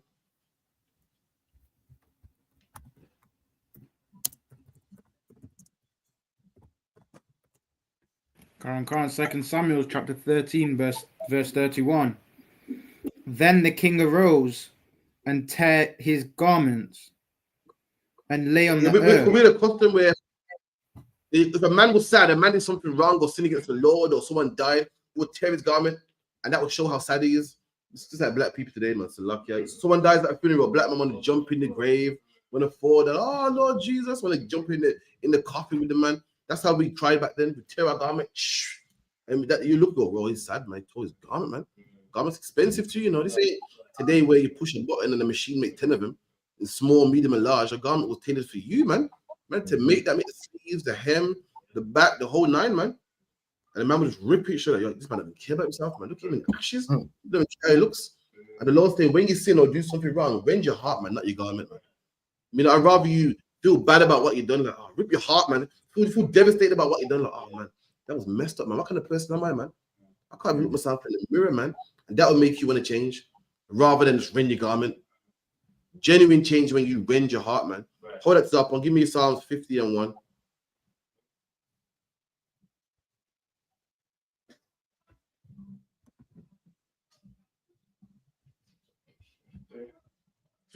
I believe so.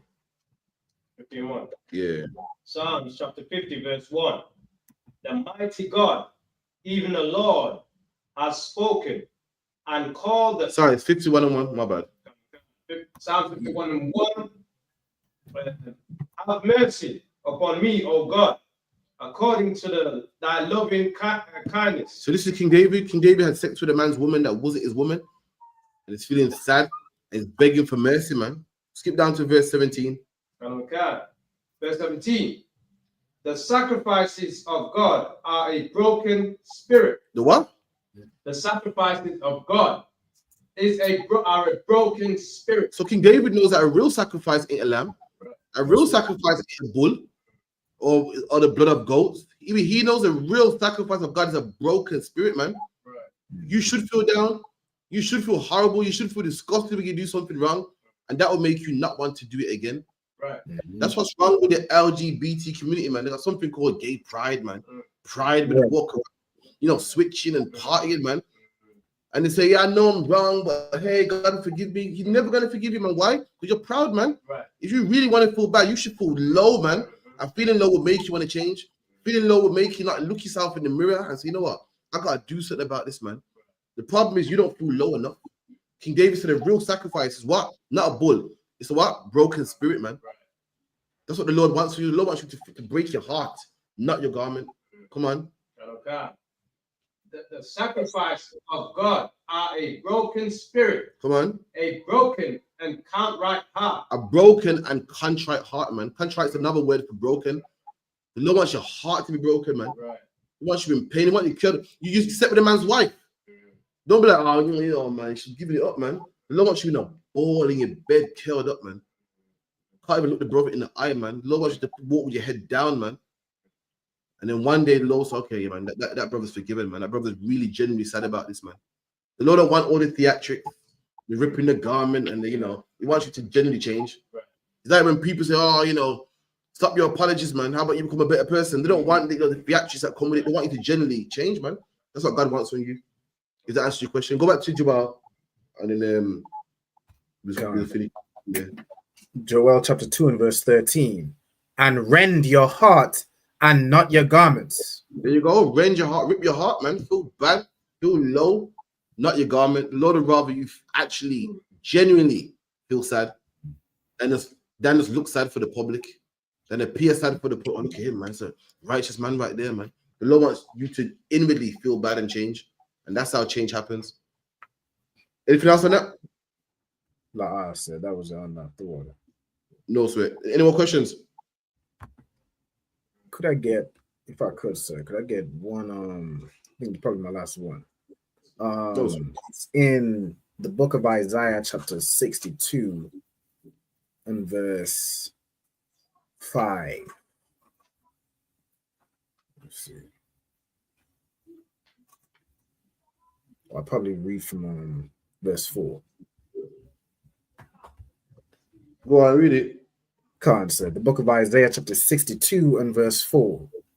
Thou shalt be no more termed forsaken, neither shall thy land any more be termed desolate, but thou shalt be called Hephzibah, and thy land Beulah, for the Lord delighteth in thee, and thy land shall be married.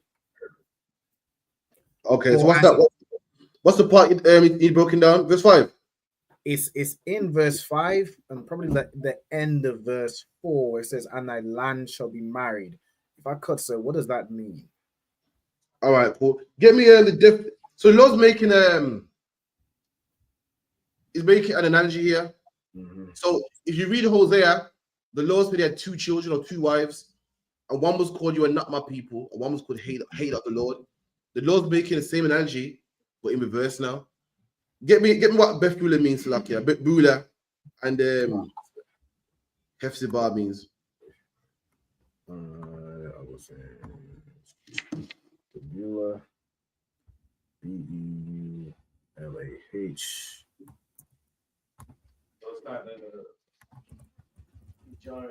Beulah. Okay.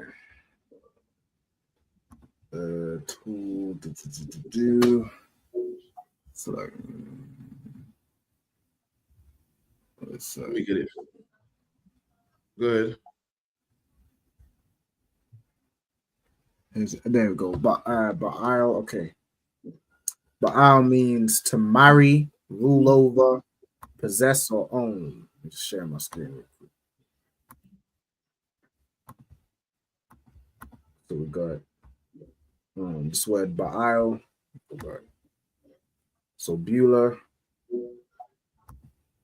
Ba'al, and it means to marry, to rule over, to possess, to own, to be a husband over. So now that's different from what we read in Hosea. When the Lord was angry with us, the Lord said, "What? Call them not my people. Right. Call them desolation. Call them destroyed." Now this is the opposite. The Lord saying, "Right, call them what? I'm gonna marry them. Wedding, join back." It's the opposite of what we read in Hosea. So go back to where you're reading. Concept. In verse and thy land, Beulah, for the Lord delighteth in thee, and thy land shall be married. There you go. Our land shall be married. Why? At this time, our land was separated, man. When you marry someone, you join together. At this point, you had the northern kingdom and the southern kingdom, man. You had what they called Joseph or Ephraim, and then Judah. You had north and south. You had 10 tribes one way, 3 tribes the other way, man. But in this day, the land's going to be married. It's going to be joined again, man. There's not going to be no such thing called blacks and Hispanics. It's going to just be Israelites, man. There ain't going to be no, this tribe versus that tribe, man. There ain't going to be no black versus brown, man. We're going to be married again, man. One again. Come on. Kind. For as a young man marrieth a virgin, so shall thy sons marry thee. There you go. The same way how a young man marries a virgin, the same way we're going to link back up, man. Our son's going to marry us. We're going to link back up again. It's like go back. So I think it's talking about social articles join back to the Lord. The Lord, Salakia. Read that part again. Can't, sir. So from verse 4. Yeah. Thou shalt be no more. It's like it. Thou shalt no more be termed forsaken. There you go. So right back now, the term for us. What's the term? Forsaken. Black people. What's our term? Oh man, forsaken, man. What's another term for black people? Broke, worthless, deadbeats, ratchet, bagger, bunny on their head. That's a term that people give us. The day's coming when we're gonna no more be termed forsaken. The terms that people give us, man, don't work, benefits, like to fight, loads of children, don't get married. That term's gonna be done with, man. We're gonna be called what? The sons of God, man. The Israelites, the prophets, man. We're gonna be married back to the Lord. Right about now, we're termed, we're given the name forsaken, not no more. Go ahead. What's it something? No, I've got a precept as well. Go on, read that quickly. Galatians chapter 4, verse 27. For it is written, Rejoice, thou barren, that bearest not. Break forth and cry, thou that travailest not. For the desolate has many more children There you than go, man. she which has a husband. There you go, man. Talk about Rabbi. We're desolate now, but the time to come, we're not going to be desolate, man. Let me break this one down real quick. What about, man? Cancer. Thou shalt be no more termed forsaken, neither shall thy land any more be termed desolate. There you go, man. No longer we're going to be desolate. Right about now, nothing good comes from black people. It's known for drugs, killing, whores, twerking. That day coming to an end, man. Coming to an end, man. We're going to be the superpowers of the new. In fact, forget that slack, yeah, superpowers. We're not going to be superpowers. We're going to be the only power, man. Right. That's right. I'm not setting for no superpower, man. China is a superpower. As was America a superpower, and they reign together, man. In our kingdom, no one's gonna. There won't be no equals, man. That's right. There won't be no superpower. We're gonna be the only power, man. Go ahead. Cancer. But thou shalt be called Hephzibah, and thy land Beulah. For the Lord delighteth in thee, and thy land shall be married. For as a young man marrieth a virgin, so shall thy sons marry thee. There you go. You see our young man marries a nice virgin, like, yo, she's nice, man. We're gonna turn back to the Lord, man. We're gonna marry ourselves back to the Lord. The same way how a young man marries a virgin, the time's coming where black men are gonna say, you know, I had enough of this, man. I had enough of this church and these lies, man. I'm gonna fight in the truth. And that's how you came into here to Zapwan. That's how you came into here with Alban, with Daya Allah, Baniga, man. The brothers out there that say, I've had enough of this, man. I've had enough of being lied to. I've had enough of this Islam thing and this Rasta thing and this Egyptology thing. I want to find the Lord, man. And we come back to marry ourselves to the Lord, man. You get me? If you could, someone get me is that enough for you? You got more on that? So like if I could, so I just wanted to check. So where it says thy son shall marry thee, it's not referring to like the land, it's referring to us marrying the Most High. Not There you like go, us return to the land. There you go. So it's in the sons. 1 second. It could be talk. I know sometimes talks about Israel go back into the land. Yeah, that's the same. I know that. But cancer. Let me clarify. I know what you're saying. Sometimes the Lord is talking like poetic language. And he talks about, you know, Israel being kicked out of the land and the land's desolate. So it could be that actually. Let me clarify. It could be one of those ones. Yeah, you're gonna join back to the land. So it could be that one actually. It could be. Bear with. Because that's what I just read in Galatians. Yeah, I'll find out from General Hyman tonight. I know sometimes the Lord talks about it refers to Israel as a woman that's barren and got no children. Why? Because we're kicked out of the land. Because bear with me, one thing we do in the UPK, we don't spread false doctrine, man. We make sure we get it right. We teach anything, all right? So they don't spread. If you could, Alban, get me type on Google, type in the Hulk Hogan cloud, if you could. You may have heard about the Hulk Hogan cloud. Oh man, you gotta get with it, man. Hogan cloud. Good night. All right, we'll put this up on the screen. Oh shit! Right now, give me the article. Give me the article about the Hulk Hogan cloud. Look at. Let me see. All right, let me get a good article. Hulk Hogan lookalike TMZ away.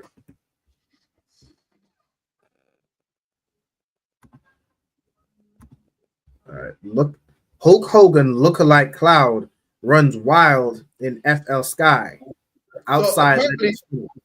So apparently, outside his funeral, there's like this cloud outside of his funeral, and everyone's like, "Oh, Hogan's a god, man! Look at that cloud right outside his funeral. Wow, this man must be special, man." It's a lucky he did. Cancer. A Hulk Hogan-esque cloud appeared in the sky outside of his funeral on Tuesday, stunning attendees as they said their final goodbyes to the WWE legend. One of Hogan's good pals, DJ Silver, said in an Instagram post, the Hulk-like haze formed near Indian Rocks Baptist Church in Largo, FLA, just as the sun was setting on the Icon's memorial service.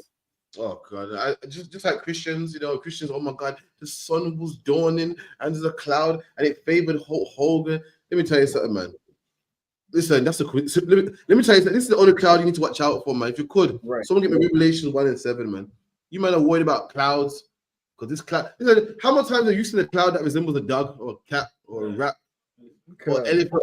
Man, clouds are, they look like things sometimes, man. I'm gonna tell you what. I'm gonna show you a cloud you should get out for. There's one cloud. Listen, do not. If you're a black man, Hispanic man, or Native Indian man, do not be amazed at this cloud, man. This is the cloud that you need to watch out for, man. One stop and read that nice and loud. One is Revelation 1 and 7. Revelation chapter 1 and 7. For behold, he cometh with a cloud. Come with the what? Cometh with a cloud. And the Bible said Jesus Christ is coming back with the clouds, man. These are the clouds that you need to watch out for. These are the UFOs, man. These are the angels, man. The Bible calls it a cloud. Why? Because at the time, the only thing that moves in the sky was a cloud. Black man, F. Hogan's cloud, man. It's nothing, man. That's right. This is the cloud you need to be scared of. If you're smoking weed and this cloud comes back, you will die, man. If you're on crack and this cloud comes back, you will die, man. This is the cloud that you need to be concerned about. Fuck Hulk Hogan. He was a racist anyway. Excuse my French. He was a racist anyway. That's right. Called black people all types of N-words, man. That ain't the cloud you need to be concerned about. Black man, look out for this cloud, man. Don't get played. Don't get played on some cloud that resembled a Hulk Hogan stance, man. This is what you need to be focused on. Come on. Behold, he cometh with clouds. Come on. And every eye shall see him. And every eye shall see, man. Just like a black man. Black people like to make an entrance alive. Like to make a big entrance, man. Christ is making an entrance with all of his clouds, man. And let's see what the clouds are. Let's see the clouds, a marching band, or let's see if this is, his band or his bodies, man. Let's see what the clouds are. Come on.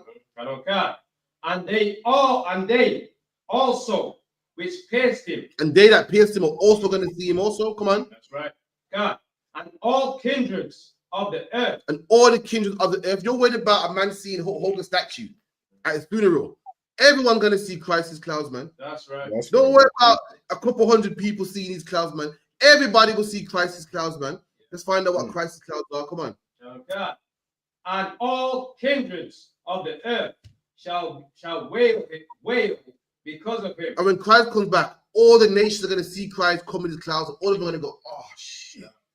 Right. Why? Because he's coming to make war, man. He's coming to free black people, man. That's right. He's coming to free us, man. So why you don't get free labor no more, man. You don't get to abuse us no more, man. You don't get to kill our children and lock us up and get free labor. You don't get to make our kids make hits and you get paid off it no more, man.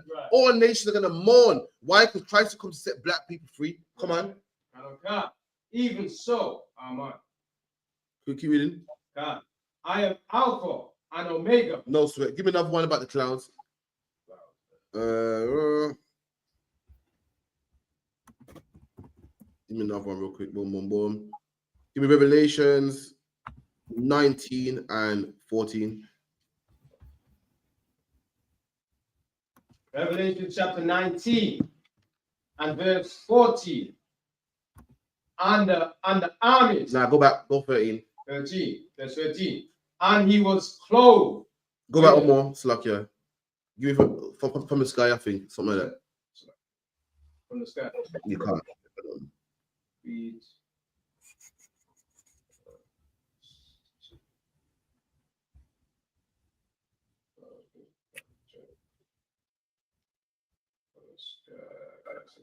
Right, read verse 10. Go from 10. Go on. And God, Revelation chapter 19 and verse 10. And I fell at his feet to worship him. And he said unto me, See thou do it not. I am thy fellow servant, and of thy brethren that have the testimony of Yahushua. Come on. Worship God.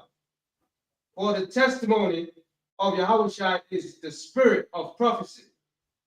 And I saw heaven open, and behold, a white horse. Right, 1 second. So you saw heaven open. So this is what some people look up to. You saw a heaven open. One image, but one revelation. So Christ come with clouds.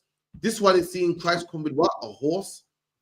If you're worried about something in the sky, if you're worried about something coming from the air, it should not be Hogan's clouds, man. Right. It should not be no blue beam or some cap what's it called? Them star signs, man. If you're worried about anything coming from heaven, black man, you need to be worried about Christ. Christ is coming from the heaven, from the sky, man. Read that part again. Okay. And I saw heaven open, and behold, a white horse. And he saw heaven open, and behold, a white horse. Why did it say white horse? Why? Because in the movie, the hero comes on a white horse, man. And Christ is the hero to black people, man. Come on. Okay. And he that sat upon him was called faithful and true. And Yahweh is faithful and true. That's right. Faithful and true, man. Christ loved black people. Gave his life, man. Didn't abort his mission, man. And is true also. Come on. And return to God. And in righteousness. In what? In righteousness. And in righteousness, come on.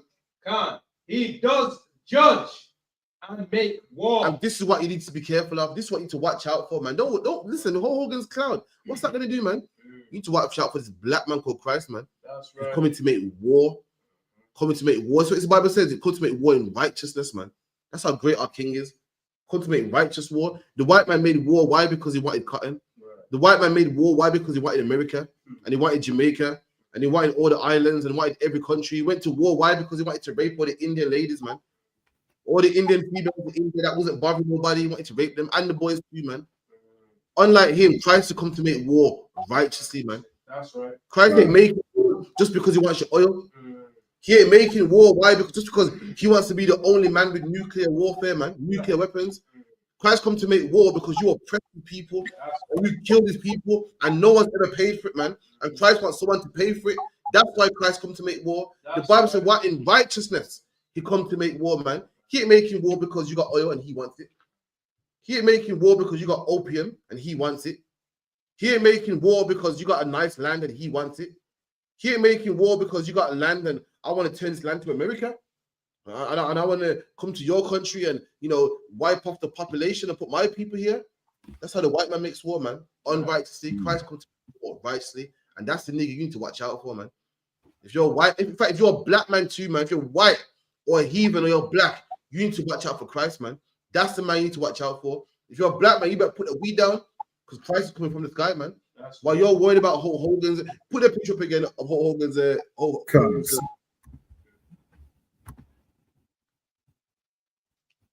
Come on, man. It's ridiculous. You know, as a child, yeah, we used to sit down and remember as a child, you say, yo, what does that cloud resemble? Even children know, man, that clouds resemble things, man. Right. Man's feet, that's Hulk Hogan. Come on, man. It's lucky. Lucky, man. That's like you said. Go ahead. No, I was just gonna say, there was another scripture you wanted regarding the cloud. Is it Revelations 14 and 14? Or did we try that one, please? Try that one. Come on. Book of Revelations 14 and verse 14. And I looked, and behold, a white cloud, and upon the cloud one sat like unto the Son of Man. You know the Son of Man's Yahweh, right? You know the Son of Man, Jesus, right? That's right. You call yourself a Christian, man. And you're more worried about Hulk Hogan, man. You call yourself a Christian, man. You're more worried about Ozzy Osbourne, man. You don't believe in no Christ, man. Come on. And having on his head a golden crown, and in his hand a sharp sickle. Listen, man, that's the one. That's the kind I'm looking out for. I ain't looking for some blonde geezer in some shorts, man. The whole Hogan was. Listen, Dagobah said the other day, man. I thought, you know what, Dagobah, you're right, man. You man watch wrestling now. You watch wrestling. Say that again. I ain't hearing that. I'm mute. No, we audio ain't coming through at all. You might have refresh or something.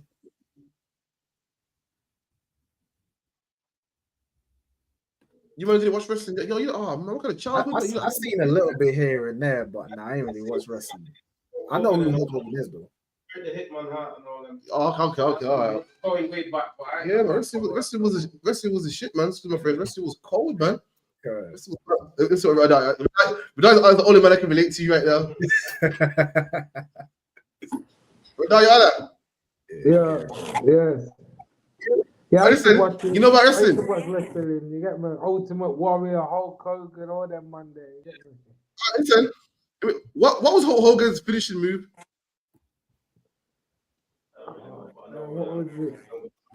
What was it called again? He used to do the leg thing, innit? Jump on bam with the leg, innit?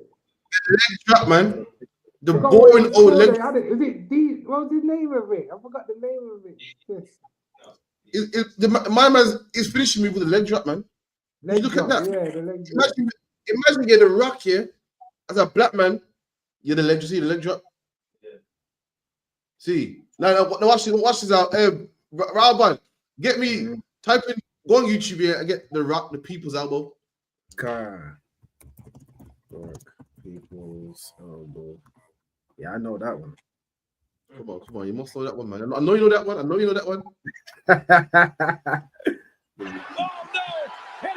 Hold on. Share this one, yeah. All right, let's see right here.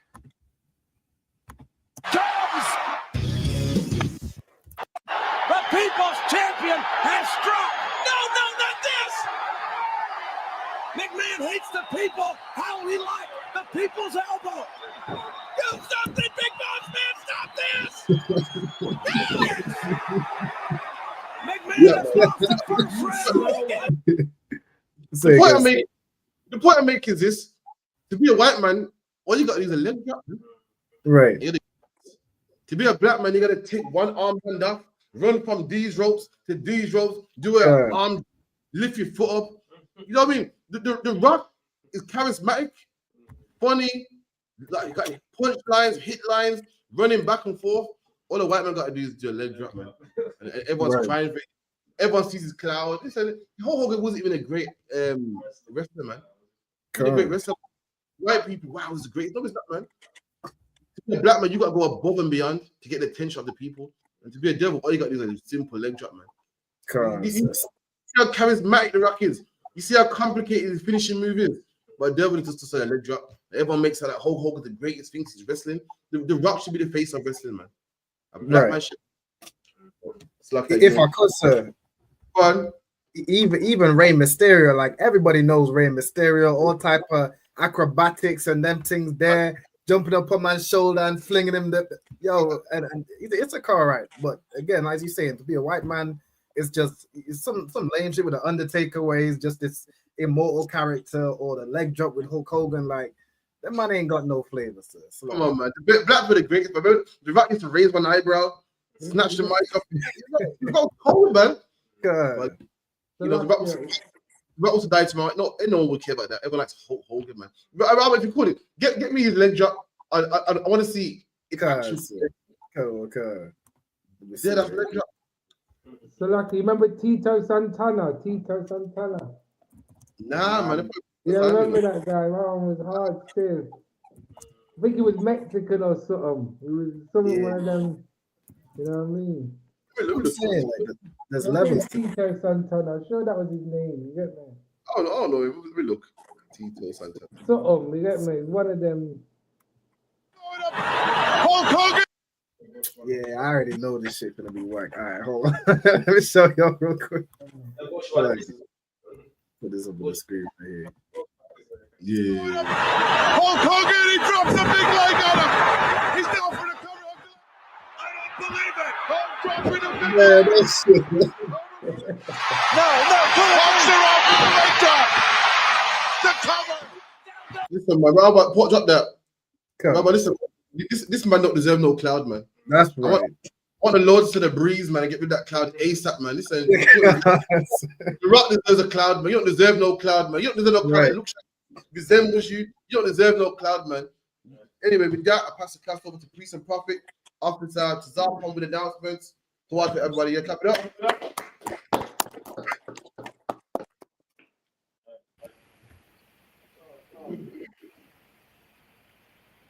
All right. We got the ISUPK started out 150 out of New York. Rule for a brother and sister. When a new brother or sister come into the school, they are off limits for 6 months. They are to be saluted only. They are here to shed themselves with the world. If they need transportation, the teacher will arrange it. After 6 months, if a brother or sister has an interest in a particular person, he or she must get permission from the head to speak to a brother or sister. There is another 6 months in which the brother and sister will call each other after 6 months, after this 6 month period, the brother and sister will get permission from the head to marry. Tithes, which is a commandment. Numbers 18 and 21. Malachi 3, verse 8 to 10. Means tenth in the Hebrew, ma'ashara. 10% of every penny of any increase the Lord giveth you, give to the treasury department or teacher. Priest fund, free will offerings for priests, not mandatory. Whatsoever amount you would like. Upcoming holy convocation is the feast of Trump, the feast of Trumpets. Right. And that's on the 25th of September. All right. That's on a Sunday. All right. Also check the bulletin board. Check and select it. Announce. Check the remind Akians and Aquaf to check the bulletin board in the hallway. If anyone wants to be a trooper in the school, to start wearing all black boots, shirts, pants, headbands, and scarf. And with that, Ahmadiyya. They give the teacher one courtesy salute, men of Israel. Ahmadiyya Shabbat. Ahmadiyya. Yahweh Hashem Yahushua Barakatah. Yahweh Hashem Yahushua Barakatah. Yad Yamatah. Star, which means to turn. Salute the sisters. Men of Israel. Ahmadiyya. Ahmadiyya Shabbat. Ahmadiyya. Barak. Yahweh Shabbat.